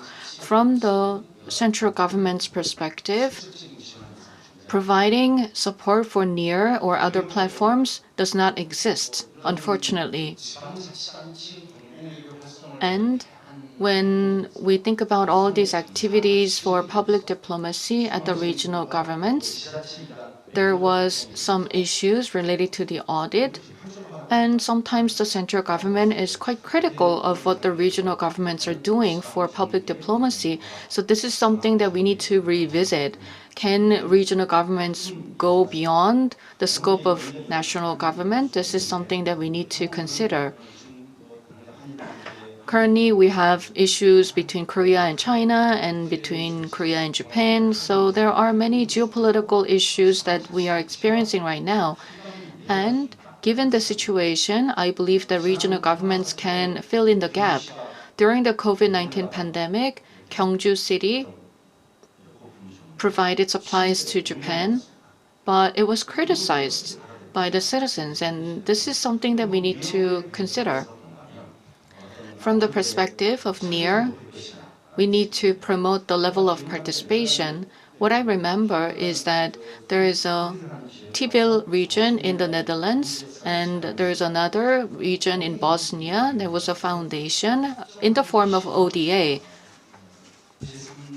So it is a city in one country and another city in the third world, and they have a very specific agenda, which is sustainable development, and they get the budget support and other support. So I think that we need to put priority on sustainable development. And now regional governments are playing a key role in promoting sustainable development, and they're also actors of public diplomacy. There are limitations at the state level when it comes to traditional diplomacy. Now cities have to play a bigger role. In Europe, there are many exchanges at the city level and at the regional government level. And as the ambassador mentioned, there is SCI concept of Association of Local Governments and Municipalities in the US as well. Now, NEAR is a very proud organization, and it has to develop agenda items so that we can overcome the boundaries of national states, and we need to identify local needs of local regional governments of different countries. But of course, the restriction is the budget aspect. And to overcome this, I think we need to talk to the central government and get some support. Thank you. 예, 그냥 간단하게 한 1분 내로 I will limit my comments to just 1 minute. How can we invigorate exchange? I would like to share with you a very good system that I have witnessed. I think it's effective. Most of regional cooperation has been government-led, but we should have public-private partnership. I think that would make it sustainable. Then how can we have the regional cooperation that is public-private partnership? For sister cities, each regional government will select an official from the private sector. So one of the residents could be selected as representatives of the sister cities. If there's a public official who is appointed, then they only pay attention when there's an occasion. But if there is a person who is in charge, who is from the private sector, let's say there is a sisterhood between Pohang City and another city in Japan, if there's a person in charge who is from the private sector, I think this can be quite effective. Thank you. 감사합니다. Thank you for your comments. As Ambassador Ko mentioned, I would like to say a few words. Last year, when I became Secretary General, I looked at the situations of 5 countries, and we appointed goodwill ambassadors, and we're thinking of how to utilize these ambassadors. Next, please. The NEAR framework, if it wants to be sustainable, it has to have a good relations with the central government, of course. But at the same time, we need to identify common interests. We need to expand common interests that can be shared by all NEAR members. If there's no such common ground, then level of participation cannot be heightened. And then in medium to long term, it's not only Northeast Asia, but also East Asia is going to be a key region in the world. So it's not only Northeast Asia, but East Asia, and expand the scope of NEAR in the future. That can be our long-term vision so that we can maintain sustainability of this platform. Thank you. 예, 앞으로 이제 Thank you very much. Not only in Northeast Asia, we need to expand to East Asia. We do have quasi-membership. Vietnam is participating as a quasi-member, and we will solidify the foundation of NEAR and then expand membership to East Asia. Who would like to go? Going back to Professor Yang's comment, he talked about Japan. In globalization of the region, we need to improve the Japan-Korea relations. There have been administrative and cultural exchanges that have continued from the past, but this has been reduced because of territorial disputes. Gyeongsang-buk-do is implementing many exchanges with Japan. In the COVID-19 pandemic, what is most important is getting in touch. We do have a lot of teleconferences. We have working level meetings and governor level meetings through video conferencing. So I think we can reduce the physical distance. So if anyone is interested, please actively use that medium. Thank you. Yes, time is almost up. One final comment. Is there anyone? Professor Yang, I will give you 1 minute. Oh, okay. No. Mr. Lee Seung-gun, yes, as a scholar, instead of being too hurried, the European countries engaged in cooperation of the regional governments after World War II. You have to go for the quick wins, and so you need to draw the roadmap, and it can have some spillover into areas unexpected. So please do not make haste. I think you can develop programs gradually. So have patience, give it time. Thank you. Yes, I would like to conclude the session as the moderator. I would like to thank all the participants for your attendance. The Northeast Asia region is witnessing frequent confrontations and conflicts amongst the central governments in the areas of politics, foreign affairs, and security, and that is impacting the exchange amongst the regional governments. NEAR would like to establish grassroots exchanges amongst the regional governments, overcoming the current situation, and there will be more active exchanges using NEAR as the platform. Because of COVID-19 this year, we realized how much human exchanges are precious. In the new year, we hope that the exchanges and cooperation will reopen so that we can have the age of coexistence and co-prosperity in the era. Thank you very much. 예, 이것으로 마치시고 기념 촬영하시겠습니다. 바로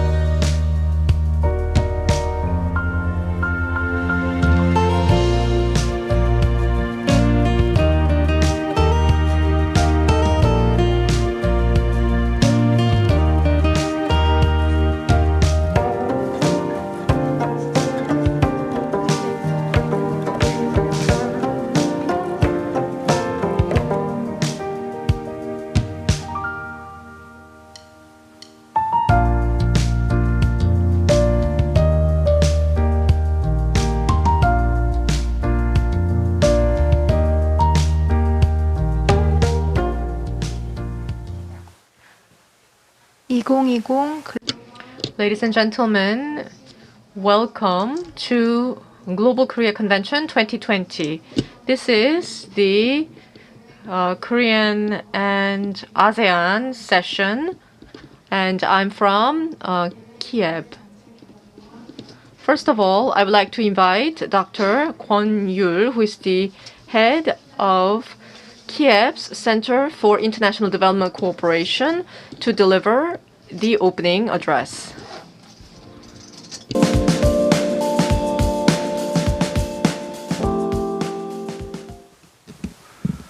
네, 반갑습니다. Good morning, ladies and gentlemen. I am Kwon Yul, and I'm head of the Kiev Center for International Development Cooperation. We have many participants logging in and watching the session at YouTube. And we have with us Mr. Han-gu Yeo and also His Excellency Umar Hadi, who is going to deliver an address via video.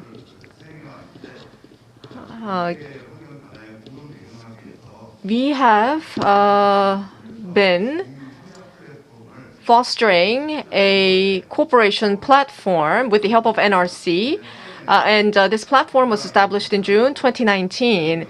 And due to COVID-19, we face a growing need for international cooperation. And so the Korean government, in response to the calls for Korea's participation for greater in international cooperation, Korean government is committed to doing more. We are seeing greater trade protectionism, and we need to come up with wise measures to overcome the current crisis and the growing trade protectionism and to achieve greater international cooperation. In November,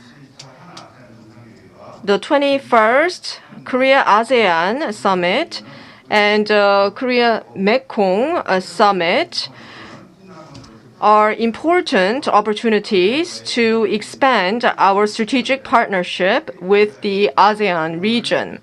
So today, we are going to talk about the way forward for creating a people-centric community of peace and prosperity across Korea and the ASEAN region. So we want to shift slightly away from a focus on, politics and economy, and we want to focus more on establishing a broader community of cooperation. And I hope that this forum will help us look into the various challenges that we face so that we can come up with a way forward for both Korea and the ASEAN economies toward a greater peace and prosperity. And I hope to hear great insights from the presenters and the panelists today. Thank you very much. Thank you, Dr. Kwon, for that speech. And next, I'd like to invite Secretary Han-gu Yeo from the Presidential Office, and he's also the Secretary of New South Policy Department. Because he could not be here with us, he sent us a video message. Good morning. I am Han-gu Yeo from the Presidential Committee on New Southern Policy. Despite the challenging circumstances due to the spread of COVID-19, we are here today to talk about the cooperation between ASEAN and Korea. It is a significant and timely occasion, and I want to thank Kiev, and also I want to thank His Excellency Umar Hadi and all the distinguished guests and all the attendees from on-site and online. Thank you all very much for being here with us. There was summit between Korea summit and also Mekong River summit meeting as well. And during these summit meetings, we had a lot of great outcome. November 15, ASEAN 10 countries, Korea, China, we finally signed RCEP. It was a historic moment. The RCEP is a great achievement, the largest FDA, whereas protectionism is sweeping around the world. RCEP is going to promote mutually beneficial trade relations and is also going to accelerate Korea's new Southern policy. And also during the summit between Korea and ASEAN, as a milestone of Korea's new Southern policy, President Moon announced a new Southern policy strategy +1, including main tasks. And this new Southern policy plus received a lot of support from ASEAN heads of state. And also, the comprehensive recovery framework adopted by ASEAN heads of state, President Moon sends his full support for that plan as well. So here today, I'd like to give you a brief overview of the new Southern Policy +1. It is centered around 3P: people, prosperity, and peace. So in terms of people, we want to build a people-oriented community. To that end, we need to have healthcare, wide, comprehensive cooperation. And second, we'd love to share our education and human resources with our partner countries. And also, we want to promote culture exchanges between Korea and ASEAN countries. Second P, prosperity. We want to pursue mutually beneficial trade and investment environment. And also, we want to promote infrastructure investment, including agriculture, and also cooperation in cutting-edge sectors, including technology. Lastly, in terms of peace, we want to build a community where people can be safe.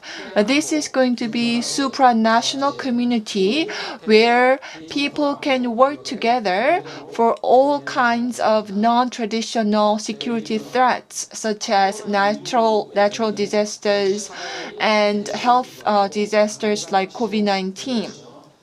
COVID-19 is going to continue for the time being, and it's going to bring about significant changes in many aspects of our society.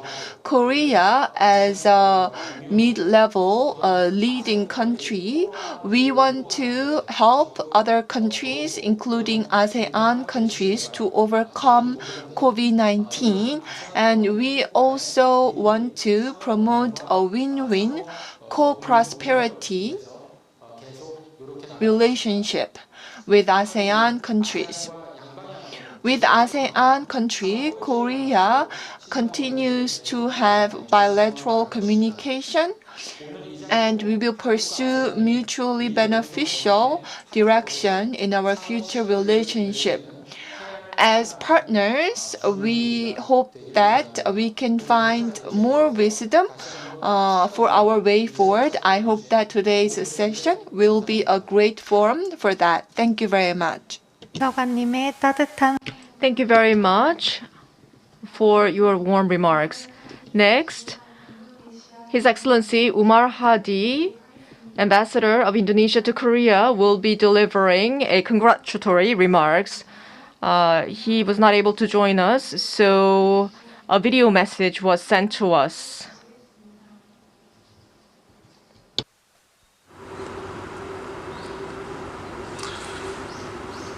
안녕하십니까. 저는 우마르 하디, 인도네시아 대사입니다.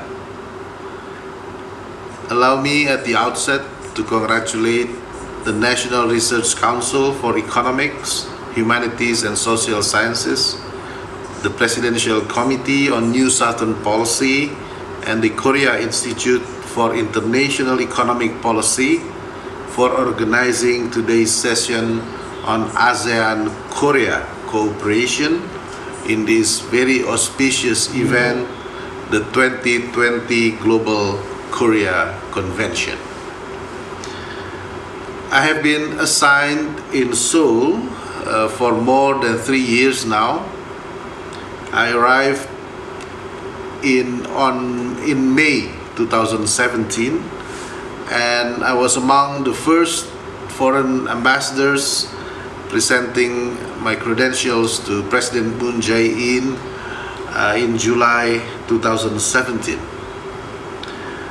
And 3 months later, in November 2017, President Moon Jae-in already made his state visit to Indonesia, and during which he announced the new Southern policy.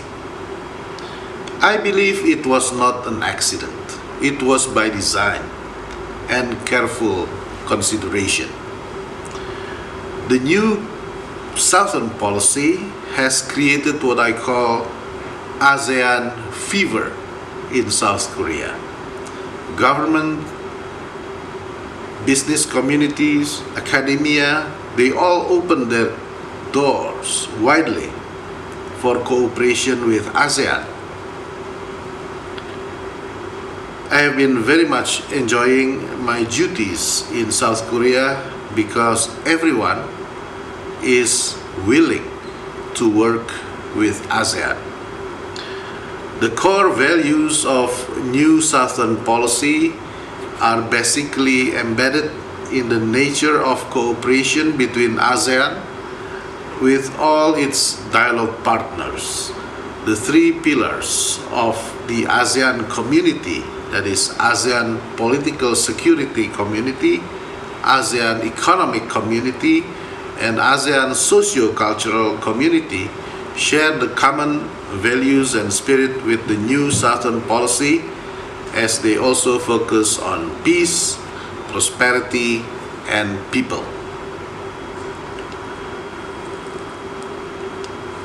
Of course, this year, the COVID-19 global pandemic has required all of us to rethink and reshape our strategy. In a forum organized by the Presidential Committee on New Southern Policy on 14 October 2020 about the future of the new Southern policy in the post-COVID-19 era, I proposed the formula of 4+1 to be the priority areas of the new Southern policy post-COVID-19. I proposed that the areas of cooperation should focus on 4 things: health, food, green, and digital. The +1 is peace. I am glad, therefore, that in November 2020, President Moon Jae-in announced the new Southern Policy Plus, that emphasizing on 7 key sectors: health and medical cooperation, education and human resource development, promotion of cultural exchange, trade and investment, farming and urban infrastructure, cooperation on future industry, cooperation in non-conventional security, and the +1 peace process in the Korean Peninsula. ASEAN and Korea are economic powerhouses in the region, endowed with a lot of compatibilities in terms of resources, from natural resources, human resources, capital, and technology, as well as compatibility in demography and, most importantly, compatibility in terms of visions. During the last ASEAN ROK Summit on 12 November 2020, our leaders share the vision of transformation. Transformation to strive for progress and better future together. With the new Southern Policy Plus strategy and the recent monumental agreement of Regional Comprehensive Economic Partnership or RCEP, ASEAN and South Korea economic cooperation will become more vigorous. Next week, Indonesia and South Korea will also enter a new chapter in terms of economic cooperation. We are scheduled to sign the Indonesia-Korea Comprehensive Economic Partnership Agreement. This IK-SEPA will be a historic achievement in our bilateral economic cooperation. The agreement is expected to boost Indonesia-South Korea trade and investment cooperation, in particular to help reach the target of bilateral trade value of $30 billion by 2022. The agreement will also be a key additional driver to a more accelerated ASEAN-Korea economic cooperation. I'm very optimistic that our partnership will be bigger, bringing more prosperity to our people, and thus we will be able to navigate the new world landscape post-pandemic of COVID-19. I do hope our distinguished speakers today would provide us with more insights on what ASEAN and Korea should strengthen in their present and future cooperation. This is the time that requires us to think bigger, do more, and move faster. Thank you very much. 감사합니다. 대사님 좋은 Thank you very much, Your Excellency Umar Hadi, for your kind words. Now we're going to begin the presentations. 번째로 The first presenter is Professor Samyong Park. He's also the president of Korea Institution of Southeast Asian Studies.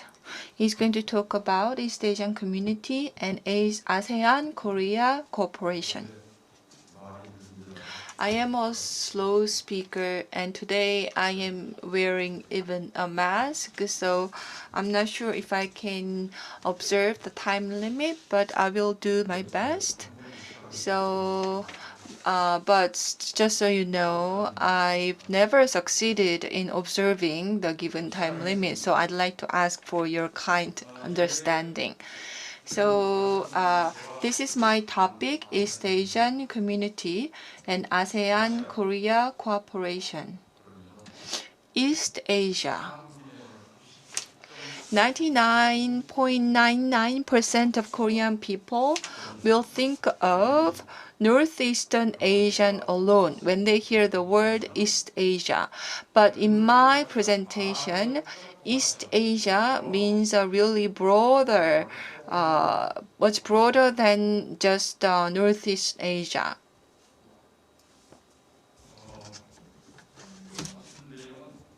So this is the content of my presentation, how the East Asian community developed, and it pursues political peace, economic prosperity, and cultural advance. I'm going to focus on peace because I'm sure economic experts are going to talk about economy and cultural experts are going to talk about culture. So I want to focus on peace. The East Asia community the idea was first put forward by Jung-geun-an, who was an independence movement fighter during the Japanese colonial rule. So when he was in prison, his real goal was not just to defeat the colonial rule by Japan. His ultimate goal was to build peace in East Asia. To that end, he went ahead with his plan to assassinate the then Japanese governor in Korea. And also, in 1997 and 1998, there was an Asian financial crisis. So in the wake of the crisis, then President Kim Dae-jung proposed to build East Asia Vision Group, EAVG. So this group worked to build peace, prosperity, and progress in East Asia. And a measure of progress is human dignity.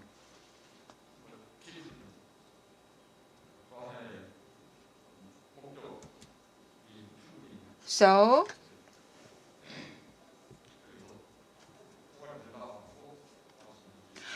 these are very comprehensive goals. And then we had another global financial crisis in 2007, 2008. And around that time, EAVG marked a 10th anniversary. So to commemorate that, EAVG put forward the idea of East Asia Economic Community. And about 5 years ago, ASEAN Community was launched. So ASEAN Community is to build a basic framework for ASEAN Community, literally, for the 10-year period by 2025. So ASEAN plus 3, including Korea, Japan, and China, had a 22nd summit. Here, I am quoting the chair declaration. This year, this sentence is still the same. So let me read what I quoted from the declaration. We have the long-term goal of building East Asia community driven by ASEAN. And to that end, we pursue East Asia cooperation and we emphasize the importance of ASEAN plus 3. So the idea of East Asia community is not something new. It has been around for many years now.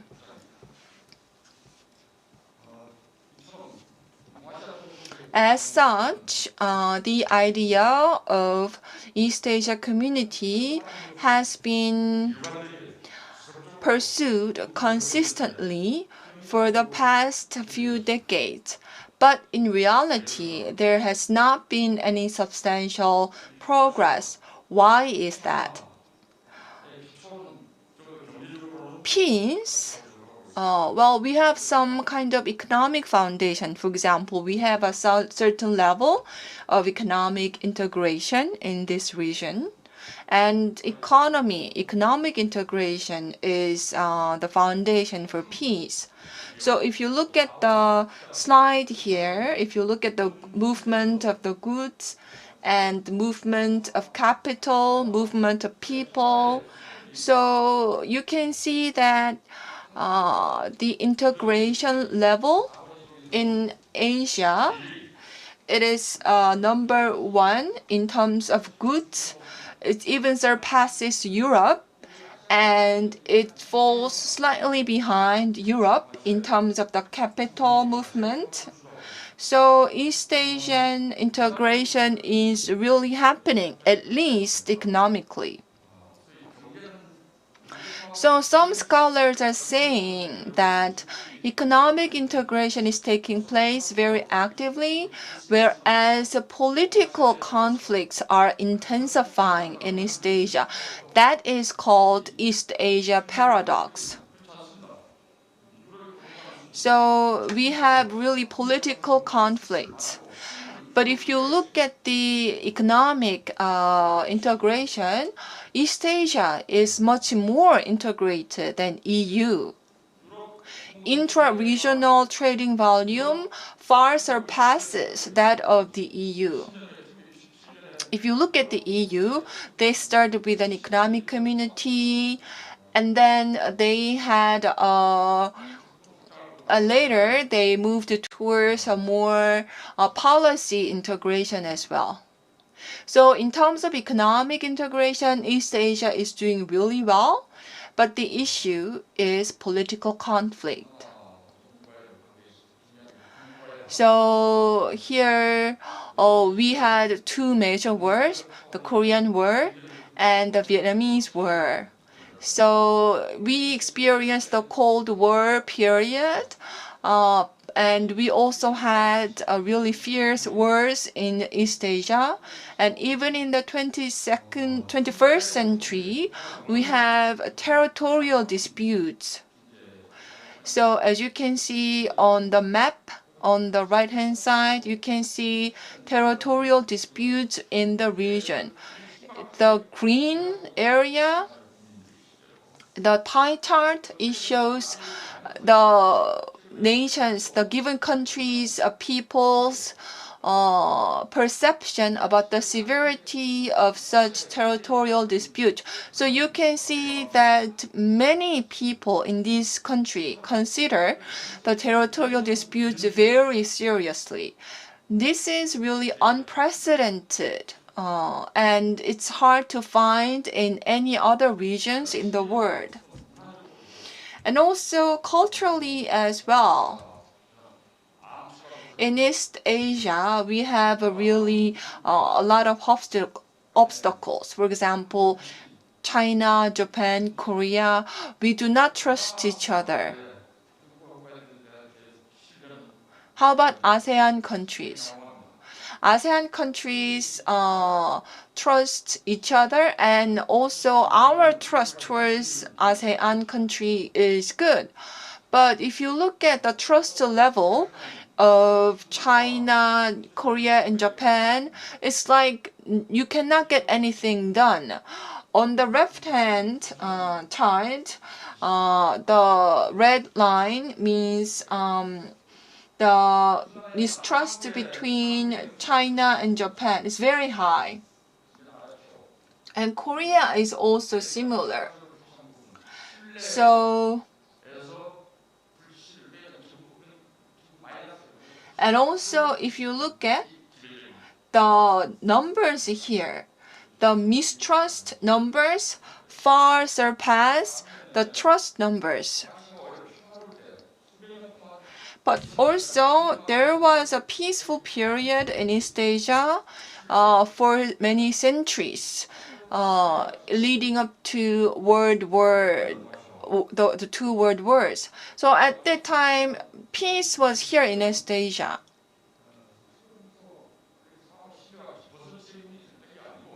So, and also, Europe, if we can take a reference point from Europe, they had their own wars twice. So the current level of integration that Europe has, they were able to achieve that not because they never had conflict or mistrust or war. It's despite that. Because Europe had such conflict and war, they had a really determination to overcome that, so they were able to achieve integration. And in the 21st century, there are a lot of conflict as well. So we are saying that there's a new Cold War going on.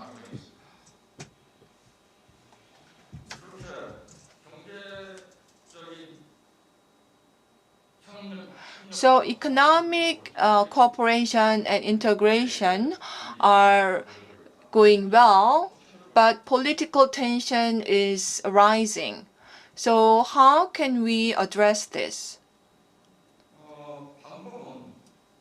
One way could be to build a new regional order. An order is not established by force. It is established by rules and compliance. And the East Asia community that we are pursuing, we have a lot of proposals and ideas from politicians and scholars. So with these inputs, we nailed it down to these basic principles on the slide: free, openness, embrace, and rules and ASEAN centrality. So that's what East Asia community pursues. But we don't know what China's One Belt, One Road projects pursues in terms of the basic principles. And the same goes for the India-Pacific relations between the US and Japan. So here, East Asia community is the only community vision that really explicitly pursues freedom and order and openness. And still, and that's not the case for One Belt, One Road and the Pacific India framework. Now let me talk about the regional order. There was no war in East Asia for the past 35 years. Can we really see this as something natural? It's not something natural, actually. We still do not have well-established regional order.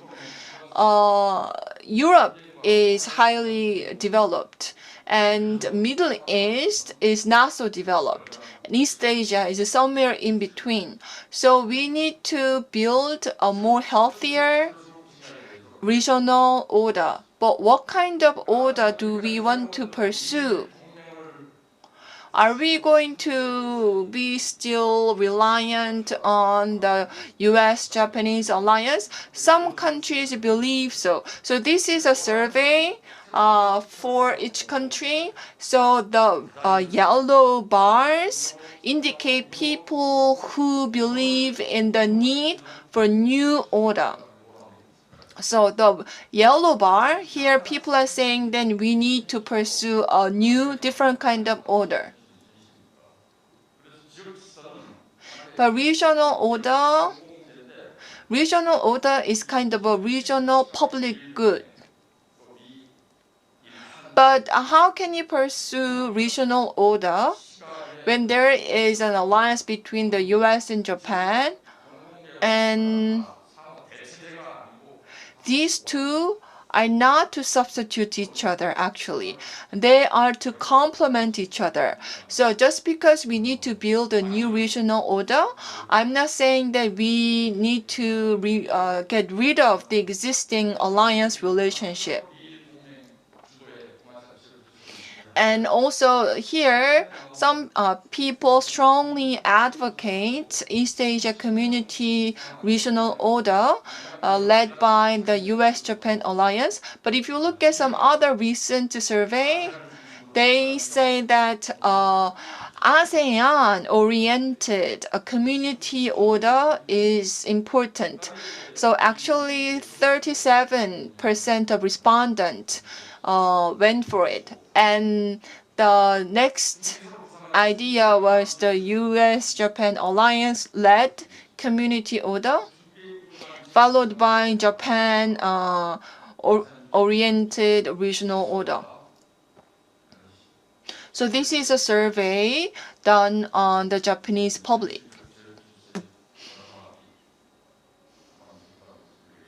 So here, the commonality is that they feel the need for an order in this region, a regional order. Then what about coalition between Korea and ASEAN? So, for example, economic foundation, cultural foundation, they are already being laid down very smoothly. And this is going to be my last point. So in the area of international politics, there are some paradigms that go against each other. For example, real politics and constructivism, libertarianism.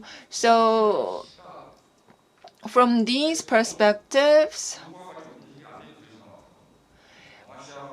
even if we take all these approaches, we cannot resolve all the challenges in East Asia region. So we really need to have peaceful. We need to have a framework for peace.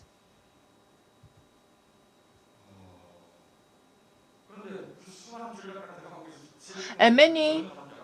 And also, here in this region, balance of power is a really big issue. There is a power conflict going on between China and India, for example. So that's a destabilizing factor in this area. But there is not much in-depth discussion going on about how to resolve this. So if we want to really move towards an East Asian community, then this conflict needs to be weakened. But rather than that, that's traditional view. Traditionally, people believe that if we weaken the conflict, we can strengthen cooperation. But actually, if we can strengthen the cooperation, that can lead to weakening conflict. So maybe we can shift the way we think about how to promote cooperation. And one way to do so was to promote cooperation between Korea and ASEAN community. So if we cannot have an East Asian community right away, maybe as an interim structure, we can maybe first pursue closer community between Korea and ASEAN. And East Asia Vision Group 2 is in place. And next, we are going to pursue East Asia Vision Group 3. That maybe in the Vision Group 3, I believe we can draft a vision statement for closer community between Korea and ASEAN. With that, I'd like to conclude my presentation. Next, Dr. Bonsun Park from Korea University will be talking about ways to strengthen economic cooperation between Korea and ASEAN region.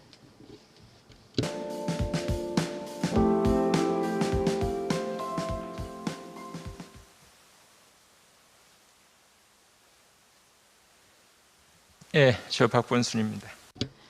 Good morning. I am Bonsun Park.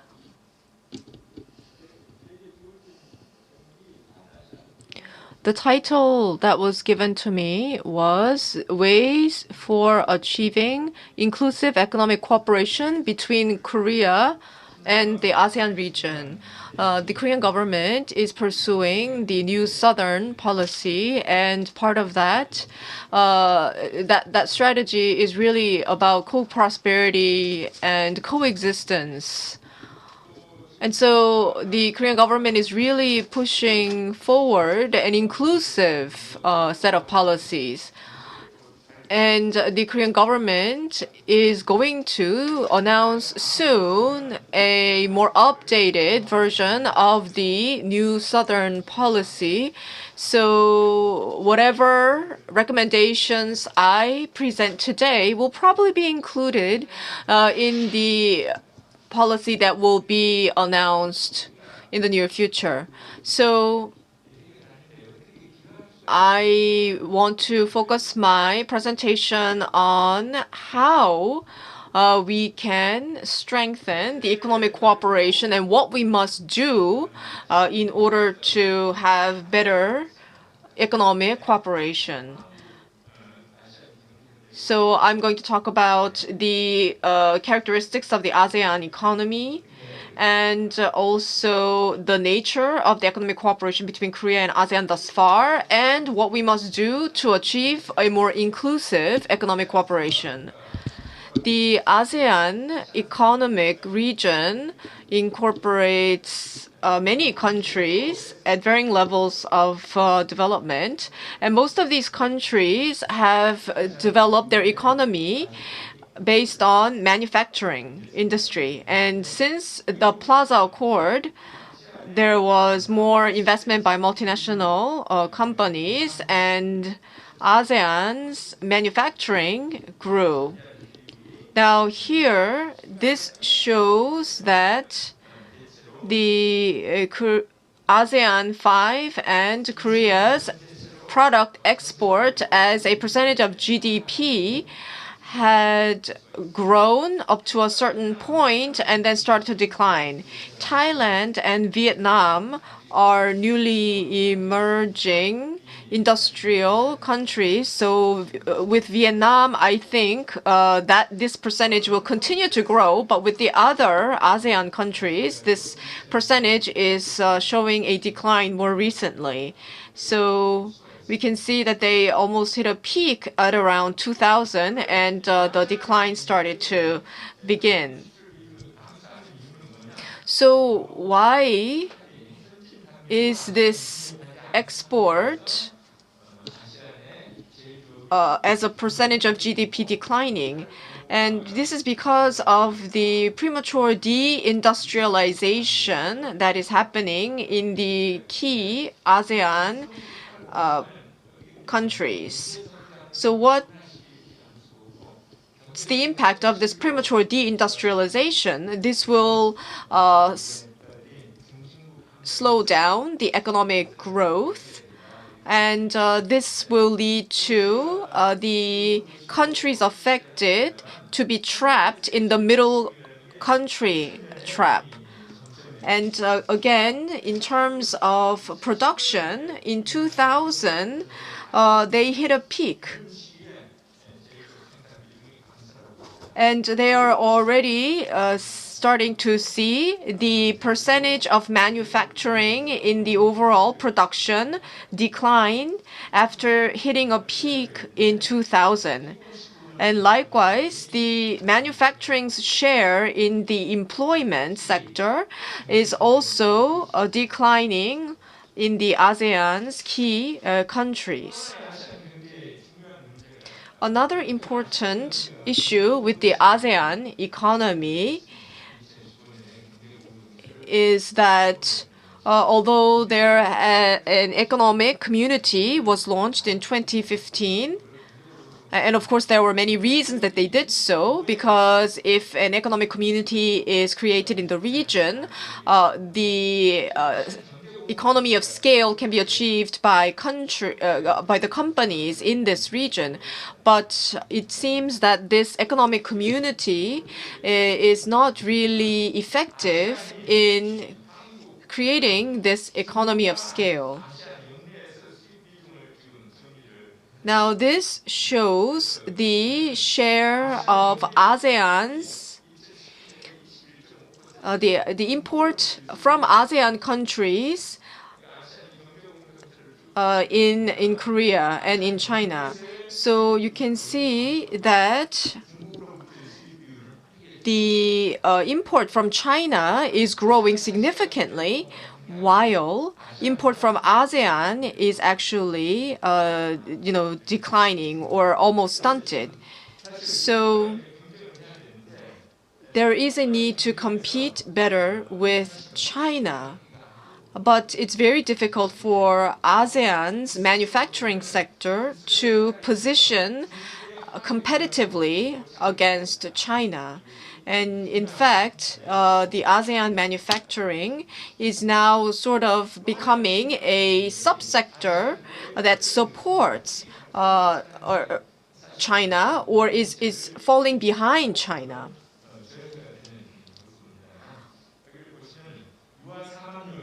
And there are a number of indicators that do not bode well. And this is child mortality numbers in the middle of this column. And this also shows the secondary school graduation rate. And these figures show that the ASEAN economies are at varying stages of development. And therefore, because of this diversity and gap, it is very difficult for the ASEAN community become a more unified community. So it is all the more necessary to have inclusive strategies to embrace all the different countries affected by these gaps. And one of the most significant and influential gaps is the income gap. So the percentage of wealth owned by the top 1% is 33% in Singapore, but it's much higher in Thailand, and it stands at 58%, and in Indonesia, it's almost 50%, whereas in Korea, it's much lower at 28%. So this wide income gap is a significant problem, and we need also to think about how we can contribute to potentially narrowing this income gap. So what is the nature of economic cooperation between Korea and ASEAN? I have here the ASEAN's share in export and import. So we have exported about 17.5% towards ASEAN region in 2019. And toward China, we exported 25% of our total export. So ASEAN, although it's smaller in percentage than China, it is still an important export market to Korea.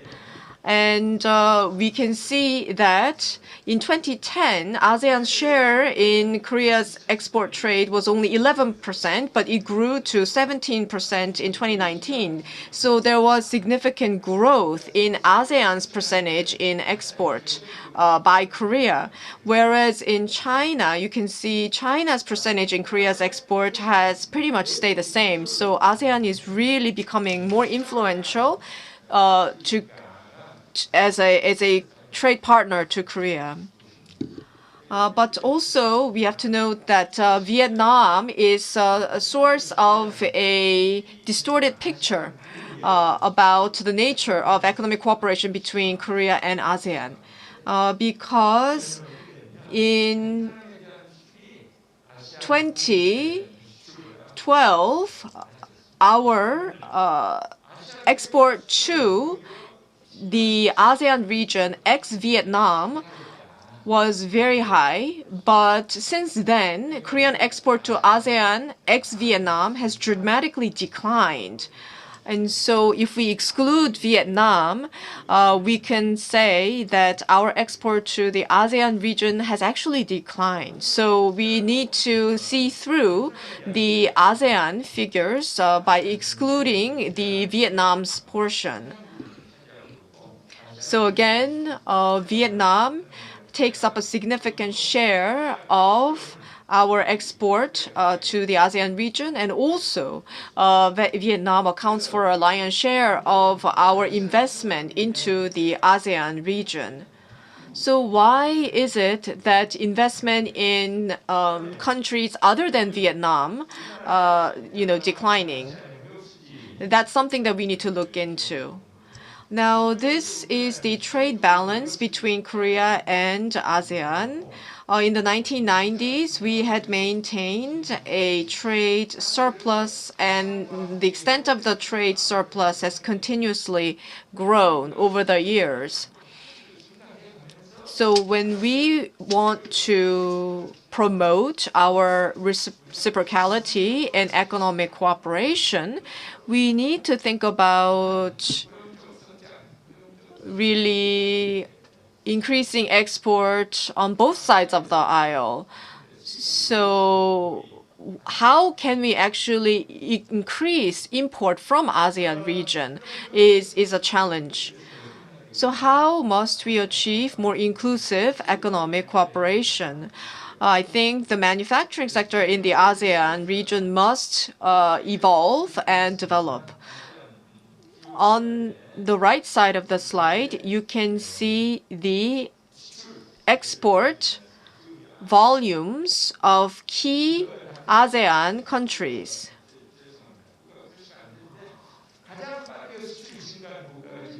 Of course, Vietnam is the country where export volume has grown most dramatically.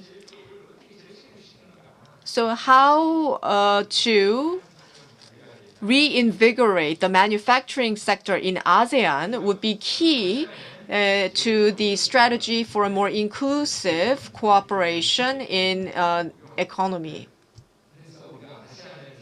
So we need to cooperate with ASEAN to potentially contribute to revitalization of their manufacturing. So we need both the government sector and also the private sector working with our ASEAN partners to do so. And we need to have more partnership for technology transfer and to strengthen the SME cooperation.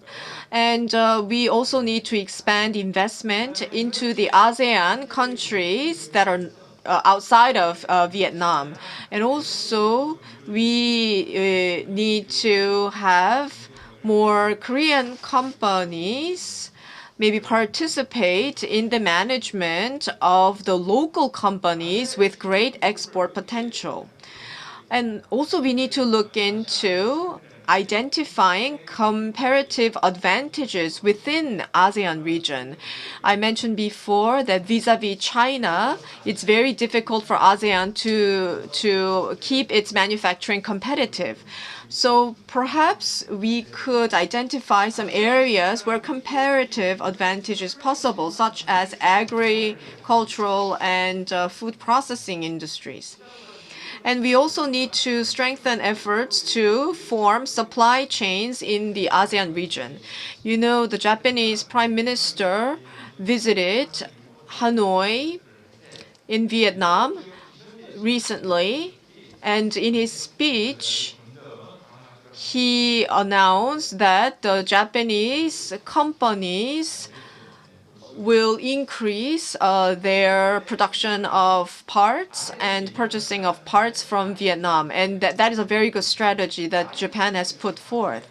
And we also need to do something similar. And we also need to involve more in the R&D sector as well.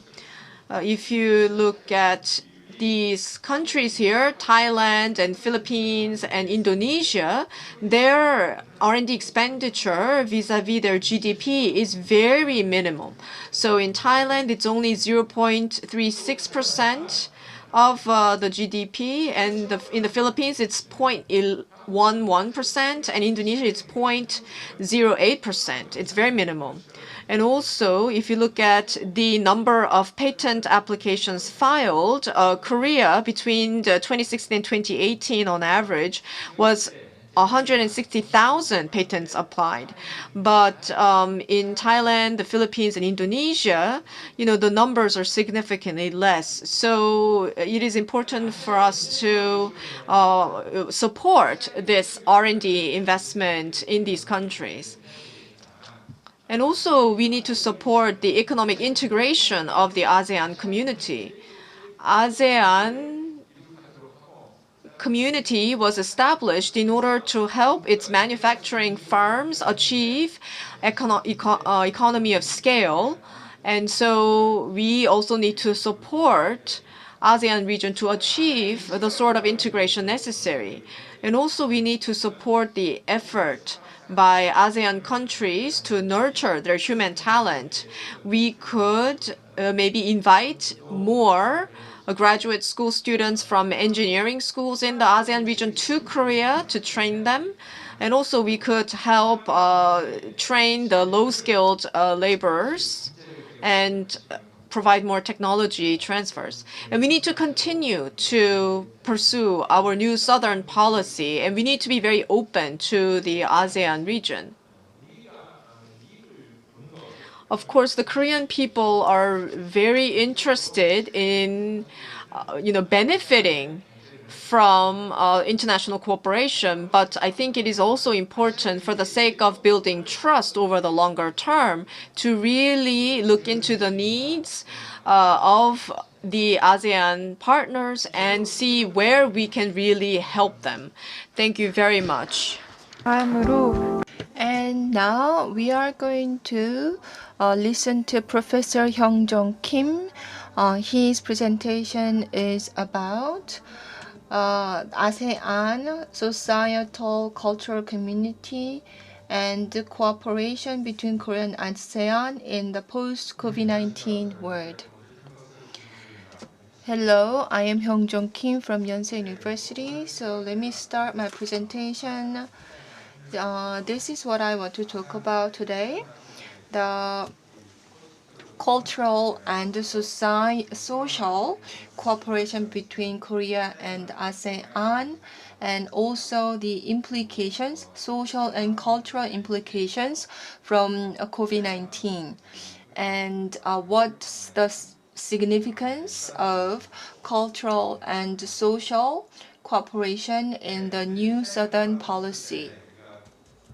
When we talk about social area or cultural area, compared to other cooperation areas such as policy or economy, people think that it's easier to cooperate in social or cultural areas. And also people tend to not prioritize social and cultural cooperation. But in reality, social and cultural spheres have really wide implications.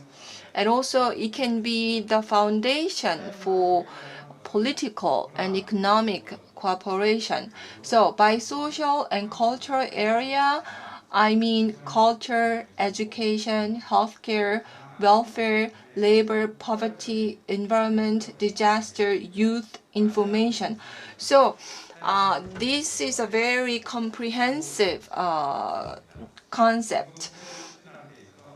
And we want to progress in all this area. So this ASEAN social and cultural community, the discussion only began late compared to other two pillars of the ASEAN community, but this pillar is most broad in scope. Once again, these are some main vision elements for ASCC, ASEAN Social and Cultural Community. I think earlier speaker also touched upon this, but basically it's a well-balanced, progressive, sustainable community. And the social culture heritage. Social culture heritage is important, and also in ASEAN way, the social cultural cooperation is a major cooperation method. So, for example, whereas they were pursuing a cooperation method for the ASEAN region, they wanted to emphasize the cultural commonality and also common identity as well. So here, basically, decision making is done by consensus and consultation. And there are some limitations, of course, but this ASEAN way so far has been able to deal with many sensitive issues. By 2025, there are some specific goals to meet to achieve ASEAN Social and Cultural Community, ASCC. And just this November, we had an interim evaluation result. So the implementation rate was about 71.8%, and the completion rate was about 24.8%. If you look at the activity types, capacity building, research and publication, public activities, policy formation, and other basic activities.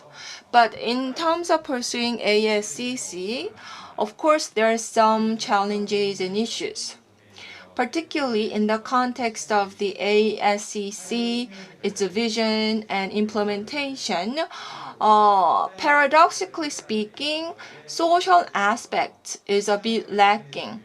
So market mechanism is currently used, particularly for the reason of efficiency. So for the sake of efficiency, private sector companies are allowed, and also some social welfare area is pursuing more participation of private company. So in a way, it's kind of paradoxical. Another paradoxical situation is that culture aspect is also lacking in the current pursuit of ASCC. But the real issue is that the social and cultural issues tend to take less importance compared to other political issues, for example, security. So, but political issues also have social and cultural elements. For example, human security, disaster management, women and children rights. So to deal with these issues, we need to promote more cooperation and consultation. And also, it's the ASCC, and even though ASCC has specific goals in terms of realizing its vision, the vision is hard to measure. For example, promotion, contribution, these things are hard to measure. And now I want to talk about COVID-19 situation in ASEAN. Within ASEAN, Indonesia, Malaysia, the Philippines, and Myanmar, they are relatively hit hard, and there is an increase in the number of new cases. But in other countries, it's relatively in control. Despite this disparity, ASEAN, they are putting forward a common approach to deal with COVID-19. And again, there is a difference in terms of the prevalence of COVID-19 country by country, but countries' response measures are not that different. So as you can see here, so if you look at the measures such as closing down schools or work from home and lockdown, they are taking similar measures in ASEAN countries. And also, so these days, disease control, infectious disease control is another important element of the ASCC. And given the economic implications from COVID-19, these kind of response measures are understandable, but I want to mention that these measures have impact on social and cultural cooperation as well. First, if you look at the employment portion in the informal economy, it's quite high. So in ASEAN countries, the informal economic sector are major employers. So the vulnerable groups in society, they are growing. And despite the active intervention from the government, there's still potential for bigger gap between different economic classes. And also there is an increase in domestic violence against women. And women and children's rights issues are an important aspect of ASCC. But nowadays, there is an increase in domestic violence due to COVID-19. And another implication from COVID-19 is xenophobia. It's according to IFRC survey, particularly in the case of Malaysia, Indonesia, about 50% of respondents showed hostility towards the foreign nationals. They answered that foreigners are responsible for the spread of COVID-19.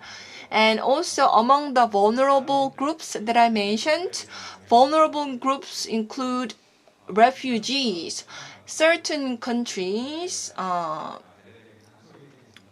implemented a really strong crackdown on foreign migrant workers.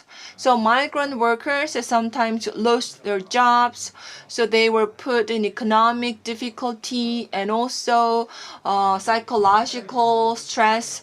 So the suicide rate among these foreign workers, migrant workers, went up. And this kind of anxiety and psychological issues still continue with the spread of COVID-19. So these vulnerable people, they are vulnerable not just physically from COVID-19, but also vulnerable economically and also socially. So in that case, so given that, COVID-19 is not just a healthcare crisis, not just economic crisis, but is also a cultural, social crisis in terms of undermining our community. So, of course, the society security and safety is important, but we also need to think about each person's safety and security as well. So we need to be more human-oriented when we take countermeasures to COVID-19. Now I want to talk about new Southern policy and the social cultural cooperation in the policy. So we can think about first the people. So ultimately, New Southern policy pursues a people-oriented community. So it's not just limited to society and culture. It's really all-encompassing concept about people. And of course, due to COVID-19, there are some issues. And also, I talked about the need for cultural and social cooperation, and I enumerated some specific areas where we can cooperate. For example, comprehensive healthcare cooperation to deal with COVID-19 and sharing education model, etc.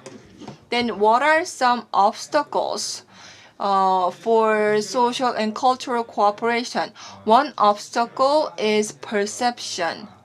According to a perception survey conducted on both Korean and ASEAN youth towards each other, so the question here is that which Korean sector is more attractive to ASEAN? Number one was the K-entertainment, K-pop, K-drama, and K-beauty. And next was economic development. But from Korea's And also, the question was, what aspect of ASEAN do you think is most attractive to Korea? Number one was resources, natural resources. So the New Southern Policy and plus one, we talk about bilateral cooperation.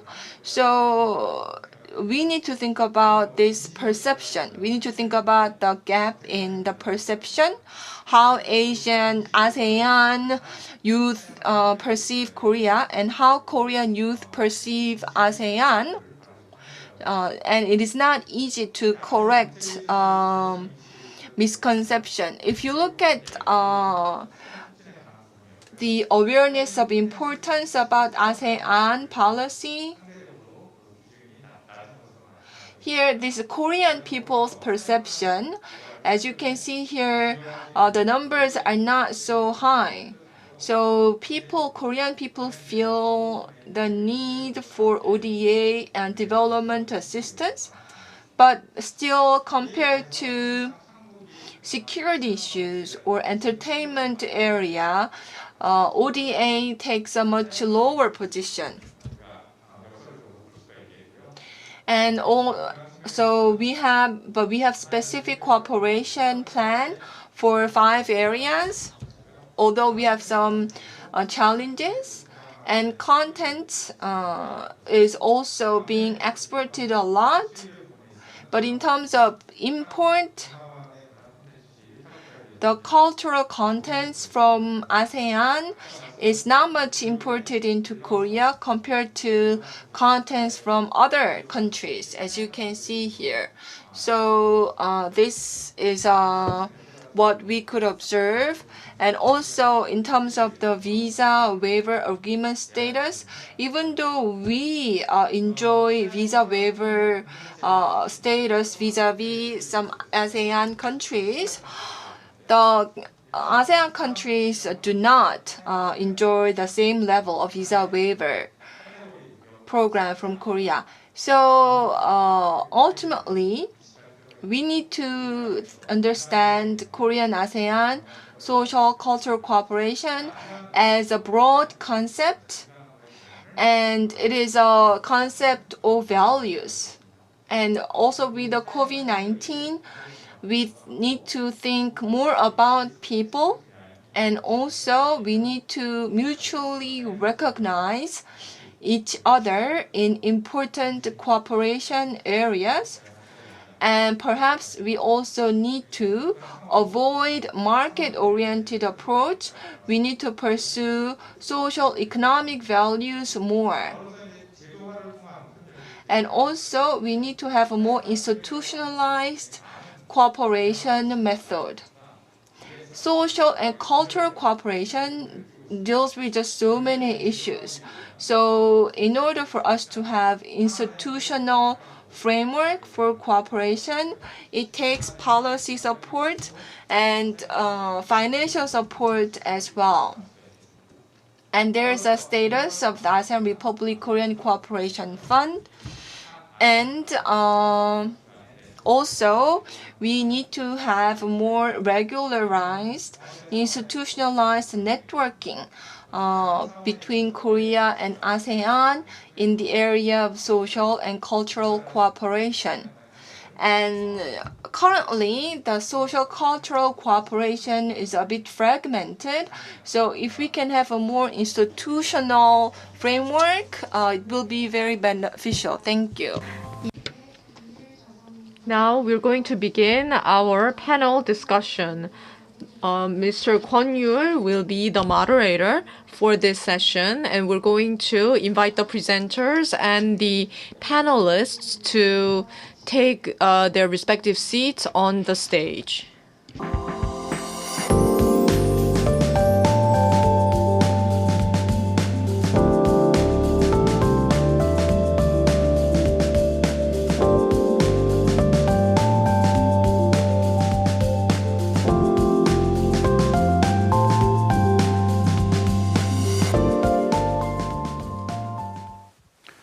네.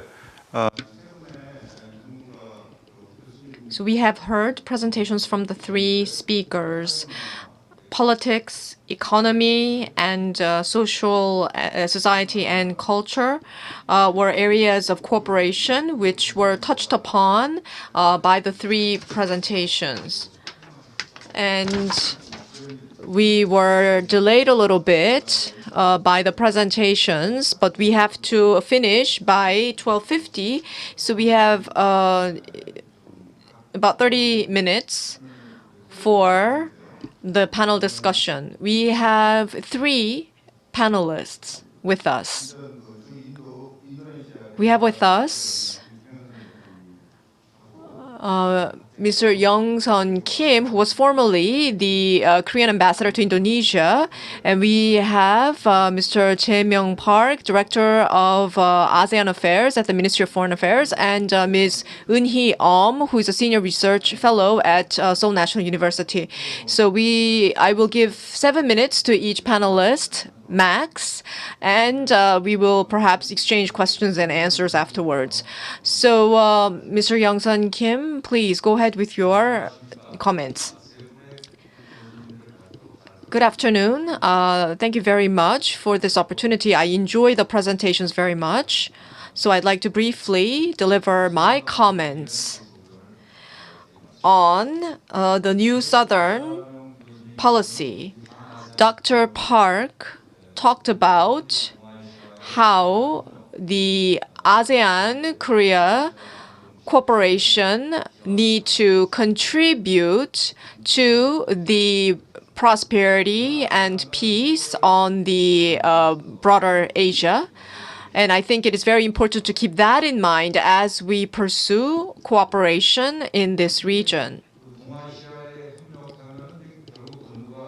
When we think about East Asian cooperation, we focus a lot on the relationships between Korea, China, and Japan, and there are many challenges. And one of the ways to maybe improve the situation in this region would be to strengthen our partnership with the ASEAN region. Korea, Japan, and China, all three countries see ASEAN as an important partner. So I think therefore, strengthening cooperation with ASEAN will be more critical for this region. And we have the right international mechanisms for promoting international cooperation. There's the ASEAN +3. And ASEAN +3 has been very instrumental in improving relations, especially when ASEAN Asian financial crisis hit. There was the Chiang Mai initiative that helped a lot. And also, during the pandemic, the ASEAN region came up with the ASEAN Comprehensive Recovery Framework. Of course, we have the new Southern Policy and new Southern Policy Plus, which seeks to improve our relations with ASEAN. And I think although it's important for Korea to make efforts, it would be more effective if we could work with China and Japan in doing so. Last month, ASEAN +3 summit was held, and these issues were discussed. New Southern Policy emphasizes the importance of cooperation with ASEAN, and I think it is very important to recognize the strategic importance of ASEAN. People often think about economic cooperation or having cultural exchanges, but today we are living in a very uncertain age. Therefore, we need to promote more strategic cooperation based on the new Southern policy. Especially the political landscape in this region is impacted by the US-China competition and conflict, which has caused a lot of uncertainties. Also, there are tendency to put one's national interests above everything else, and this makes cooperation a little bit difficult. But fortunately, Korea, as a middle power,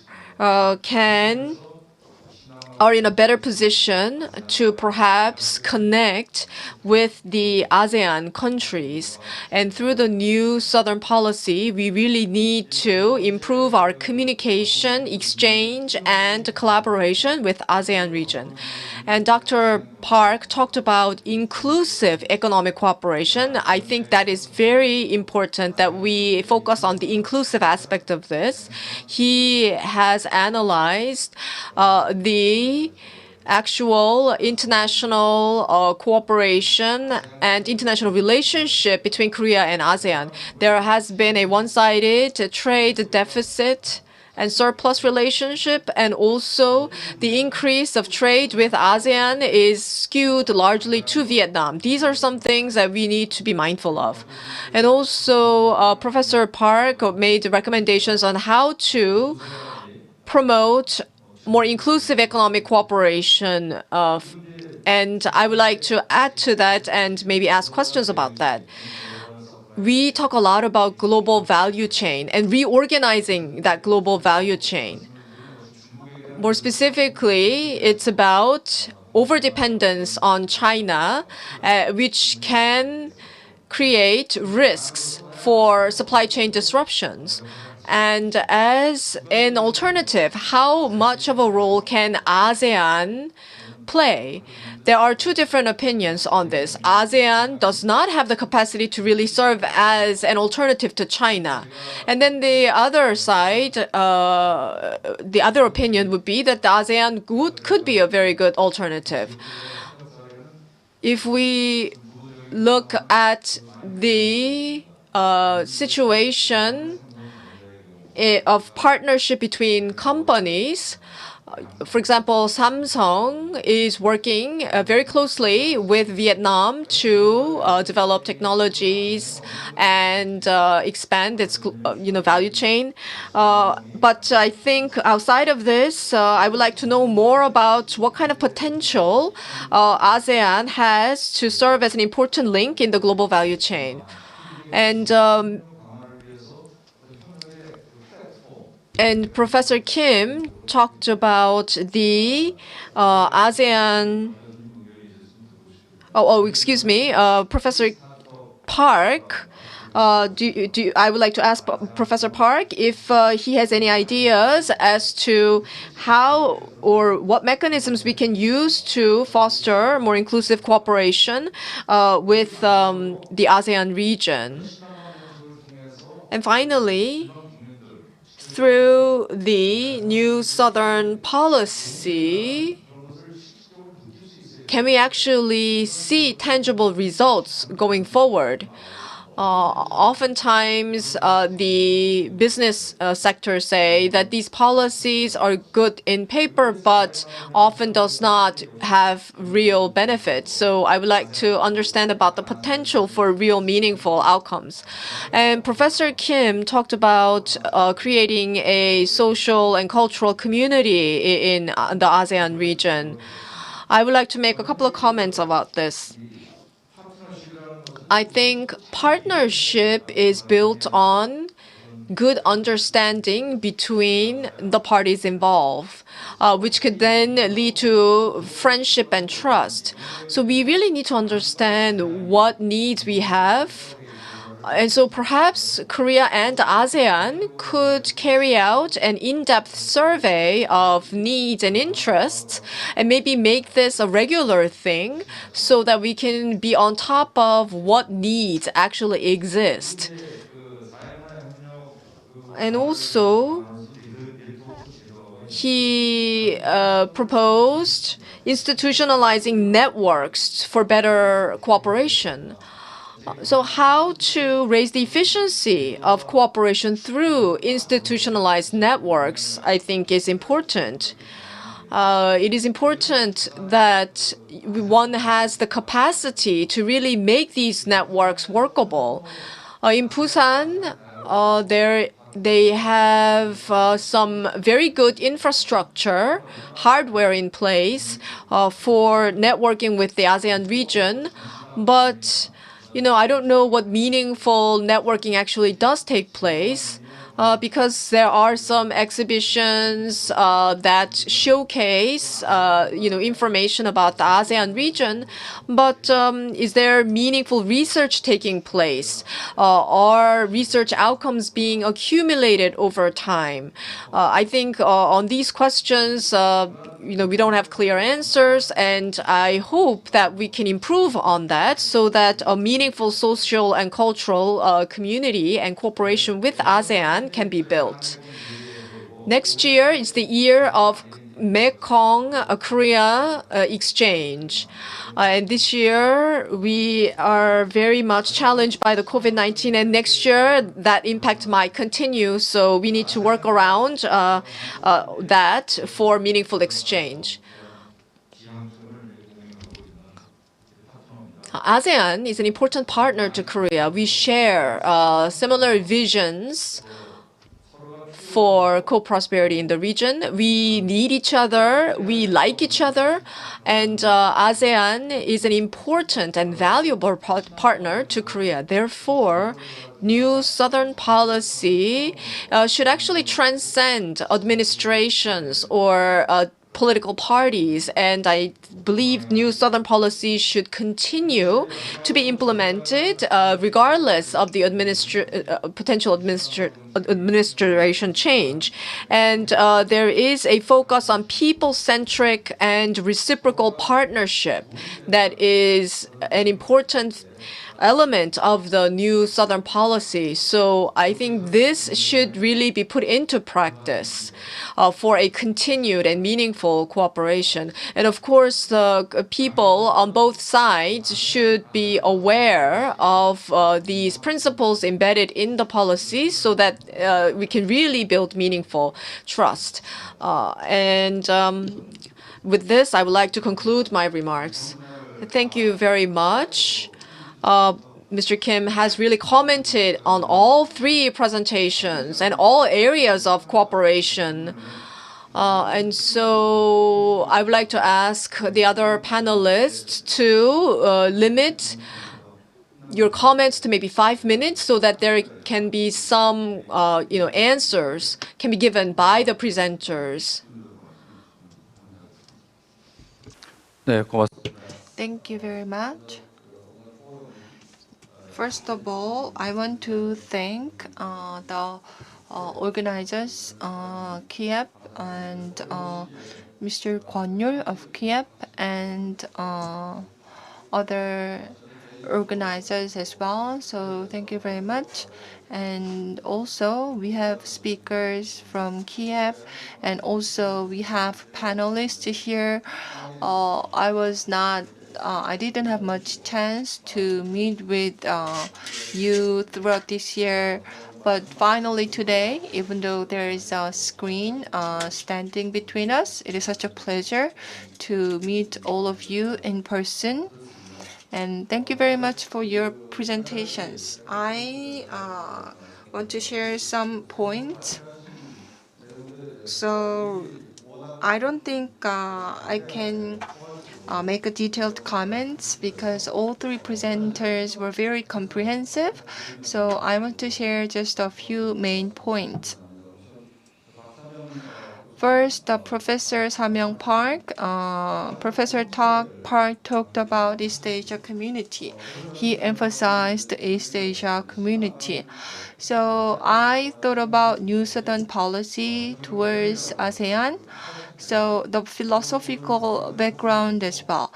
It was a great reminder of those philosophy for me. And also, Korea's policy towards ASEAN is a big policy area. That's one. And the second is the regional connection, regional link, regional link for East Asia. That's another aspect. So there are three pillars for the ASEAN community. So there are three pillars in the new Southern policy. So these three pillars are actually consistent with the three pillars of ASEAN: political security, economy, and social culture. So three pillars. ASEAN on its own selected these three pillars for the ASEAN community, and Korea's southern policy towards ASEAN have the same three pillars. In the history, we didn't have much sensitive issues politically or security wise, and we have really active exchange in terms of culture, particularly in the entertainment area. Korean entertainment brought the two regions, Korea and ASEAN, much closer. And in Korea, we have high expectations about ASEAN. And we've been pursuing the new Southern policy for about 3 years now. And also, there was a recent summit. So at the summit, President Moon announced new Southern policy +1. And during that announcement, all the heads of state present from ASEAN showed their support. And Professor Park talked about Korea, Japan, and China a lot in the context of East Asia. But actually, Australia and US and even Russia, they also want to participate because they understand the importance of ASEAN. What is also interesting recently is that even European countries like France, Germany, and also the UK, in the wake of the Brexit referendum, they're now paying more attention to ASEAN as well. So if you look at their recent policies, definitely ASEAN is now on their map. So that's something I wanted to share with you. So whether it's called East Asian Community or it's going to have some other name, but the cooperation needs to be open, transparent, and inclusive. When that is ensured, then I think that whether it's going to be the US-led India-Pacific strategy or One Belt, One Road project driven by Japan, our Southern policy can work with these other frameworks as well. And also, we heard about the Korean ASEAN economic ties from Professor Boksun Bak. The new Southern policy +1, economy is emphasized, and there are some keywords. For example, trade and investment. Trade and investment between Korea and ASEAN needs to be promoted. Basically, it is about how to liberalize this area. RCEP. So 15 countries signed RCEP recently. Now RCEP is a mega FTA. In terms of the GDP, it takes about 30% of the global GDP. So RCEP is now a major mega free trade deal in the world. And to implement it early, to bring it into effect early, the Korean government is working hard. So we want to fully utilize it. And along with that, Korean government is going to make more effort to further liberalize our economic ties with ASEAN. There's also going to be SEPA, which is a bilateral trade agreement between Korea and and other country, and also between Korea and Cambodia as well. Bilateral FTA is in progress. So regarding trade and investment, private sector companies are also important as well. For example, we are now developing economic cooperation complex. One example is near La Angon in Myanmar. So we are now building economic cooperation complex so that more Korean company can come and do business in ASEAN. And so for Korean companies, some Korean companies are already in Myanmar and some want to enter Myanmar. So this complex, industrial complex in Myanmar, we are going to break the ground at the end of this month. Another area for cooperation is finance. ASEAN, each ASEAN country has its own infrastructure development plan. Infrastructure development requires financing. And Korea has great financial companies, financial institutions. So we are going to build during the first half of this year, we are going to have the financial support center. There is a Korean representative office in Jakarta. So we are going to open an office inside that office for financial support. And ICT is an important area for cooperation as well. Due to COVID-19, digital transformation to digital economy is really important in ASEAN right now.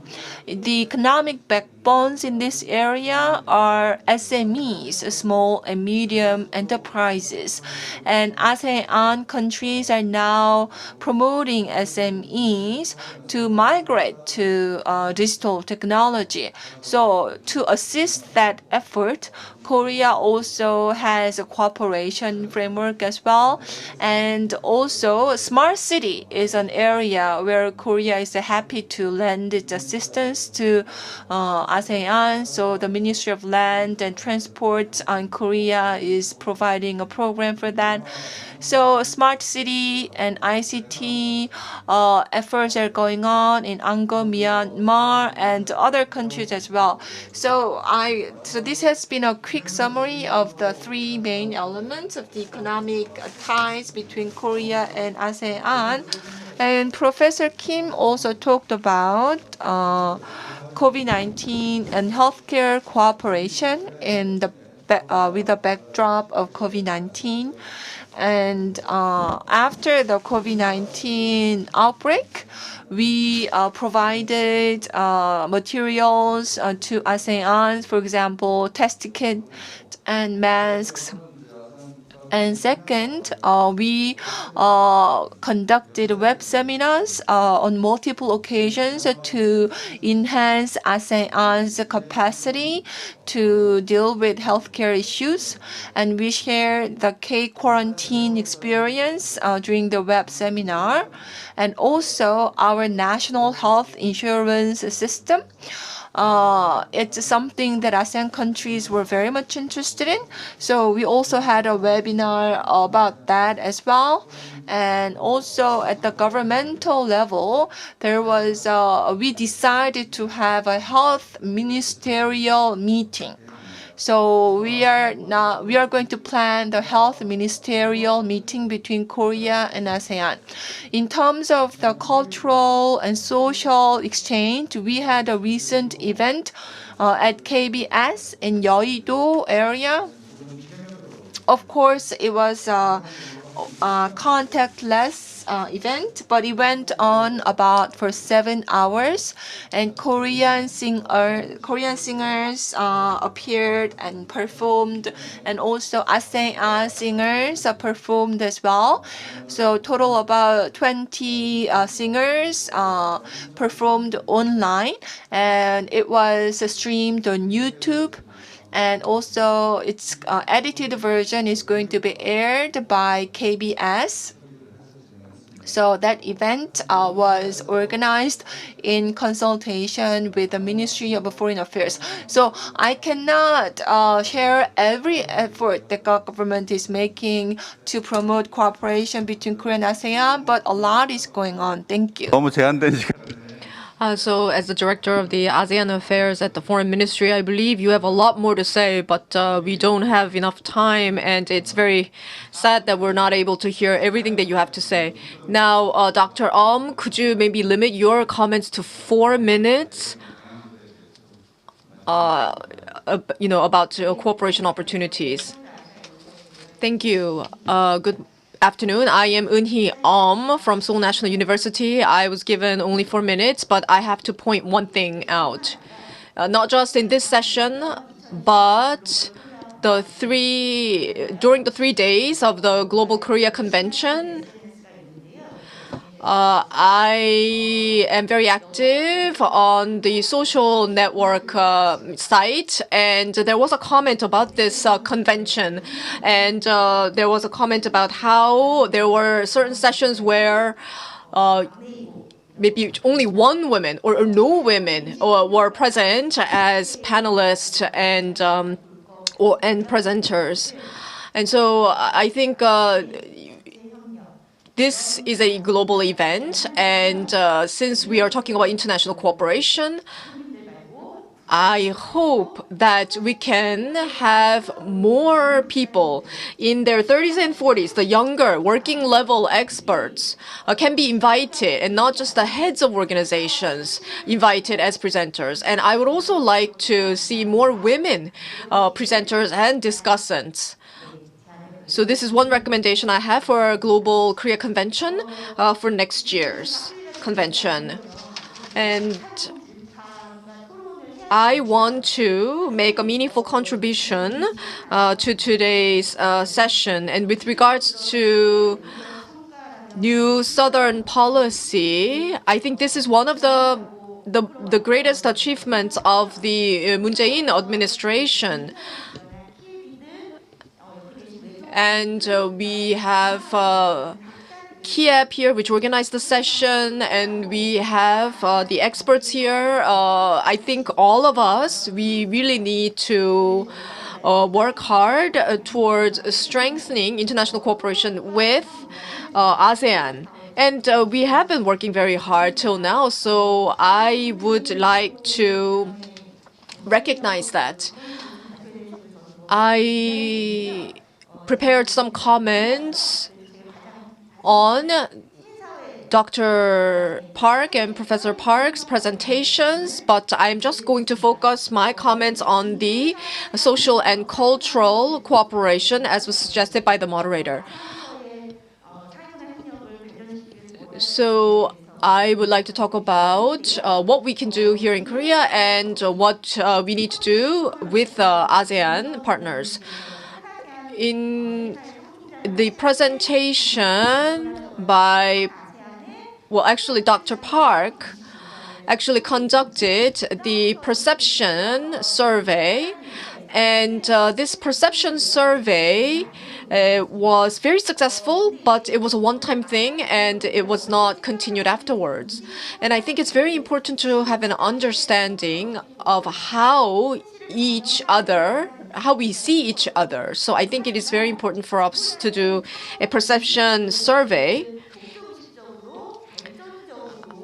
And of course, perception needs to be improved, and we need to make efforts to improve it. And when such efforts are taken, I think it is important to see what outcomes were achieved as a result of it. So maybe a survey before and after such efforts on perception can be done in order to make meaningful analysis. And also, I also think that there needs to be a lot of research projects on urbanization and digital transformation, and perhaps after those projects are conducted, we could do a perception survey afterwards so that we can compare how the perceptions mutually have evolved before and after such projects. And I think that COVID-19 has had a significant impact in ASEAN region, and the presenter mentioned the increase in domestic violence and the increased vulnerability of women. And COVID-19 has actually led to weakening of democracy and oppression of media and advocates. And authoritarianism has actually gone up in the ASEAN region as a result of COVID-19. Of course, we don't want to we want to be very careful when we make any comments on this kind of changes in the society in ASEAN region from an outsider's perspective. We have to be very careful, but I do nevertheless feel that it is important to foster the civil society in the ASEAN region to have greater capacity to advocate for the needs and issues of the vulnerable groups, and we need to have more close relationship with the CSOs in ASEAN region. I conducted a research, and we will be also doing a follow-up project. Basically, it's this. There is a center, art center in Gwangju, and they're going to do a research project and exhibition which focuses on the migration, refugee issue, women's issue, human rights issues surrounding ASEAN region. I'm going to be responsible for the Philippines. But of course, this art center, which is called ACC, they're going to also have other researchers covering other countries. And perhaps there can be some comparison made between the late Kim Dae-jung and Nino Yakino, who's a well-known figure in the Philippines. So that we can not only look at the cultural aspects, but perhaps more touch on democracy can be made through this project. And so I hope that the relevant government funding agencies can actually support this project. Thank you very much. 자체가 글로벌 코리아 포럼 And the Global Korea Convention, it's a forum for cooperation. So sharing ideas and working with each other, that's really in the spirit of this convention.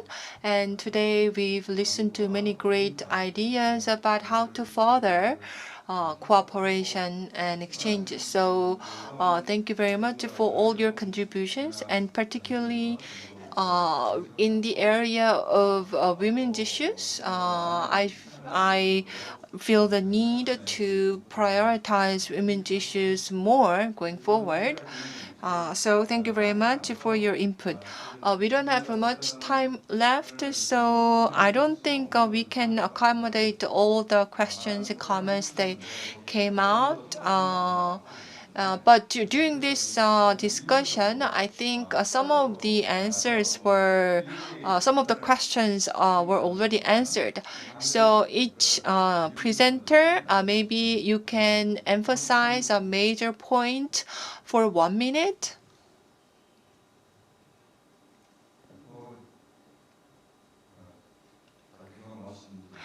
Yes, thank you very much for all your valuable contribution. I think Director Park missed out some point. So next year marks the EVG 20 years. So we are going to have East Asia Vision Group 3 soon to be launched. So I asked about the plan about that, but I don't think I heard answer. Maybe because we're running out of time. So so now there is a kind of a competition between cooperation frameworks. For example, between One Belt, One Road and Pacific India Alliance. The only alternative to this competition framework, the only alternative to lessen the new Cold War atmosphere is ASEAN and Korea. So to that end, I think we really need to promote Korea and ASEAN ties. 예, 우리 김영선 대사님이 Mr. Kim provided very good comments and very important questions, but we don't have time enough to cover everything.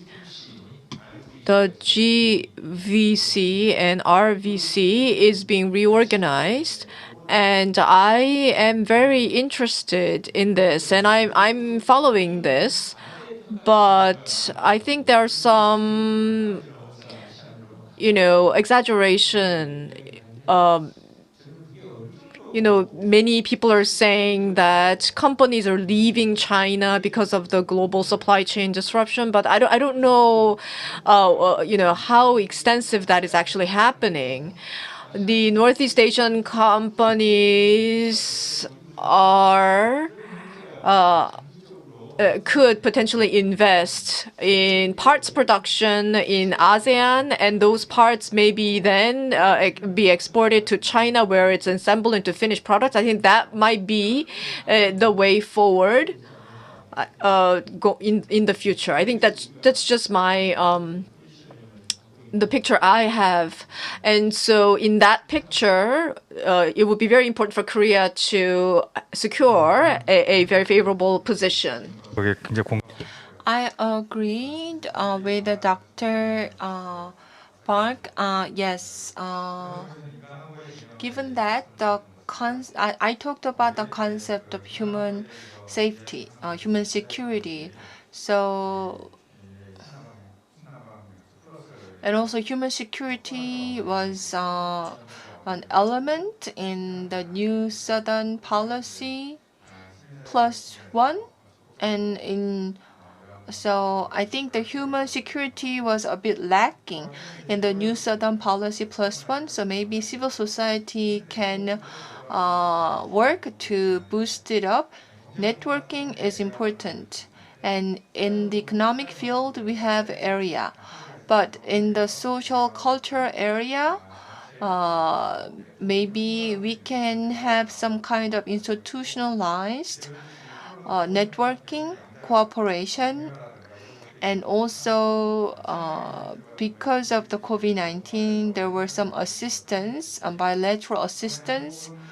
But with the Chiang Mai initiative, Korea made Northeast Asia healthcare cooperation, but I hope we can see similar healthcare cooperation between Korea and ASEAN as well.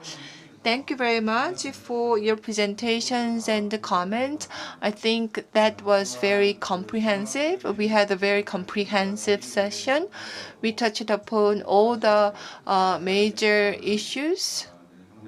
So economic integration in the area can strengthen our mutual dependence.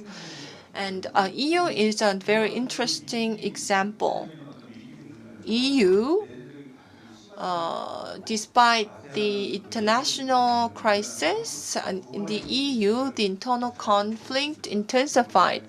But in Asia, in ASEAN, they are dealing with a crisis much better, it seems, with more concerted effort. So I hope that that will be a beacon to guide our future. But still, we still have a lot to do. For example, we need to bring up the development level in these countries. Some countries are still very much less developed. They don't have mature industries. So we need to work on that. Today, we listened to a lot of presentations and comments, and I believe that all this was a great foundation to build better cooperation. Okay, so I will ask you to make concluding remarks for 10 seconds. Especially the East Asia Vision Group 3. Yes, I know it's very important, so I will review that. Yes, Kiev has actually played the role of secretariat to East Asia Vision Group 1 and 2. So I look forward to seeing East Asia Vision Group 3. 알려지지 않았지만 2차 Well, East Asian Vision Group 2 was actually very much requested by ASEAN countries as well. So yes, please support the East Asia Vision Group 3. All of us here are playing very important roles in promoting partnership with ASEAN, and I hope that Global Korea Convention can continue to serve as an important platform where ideas are shared for better cooperation. And my institution, Kiev, will also make every effort to contribute. Again, I would like to thank all of the participants, the presenters and panelists for being here with us. Thank you very much. This concludes our seminar.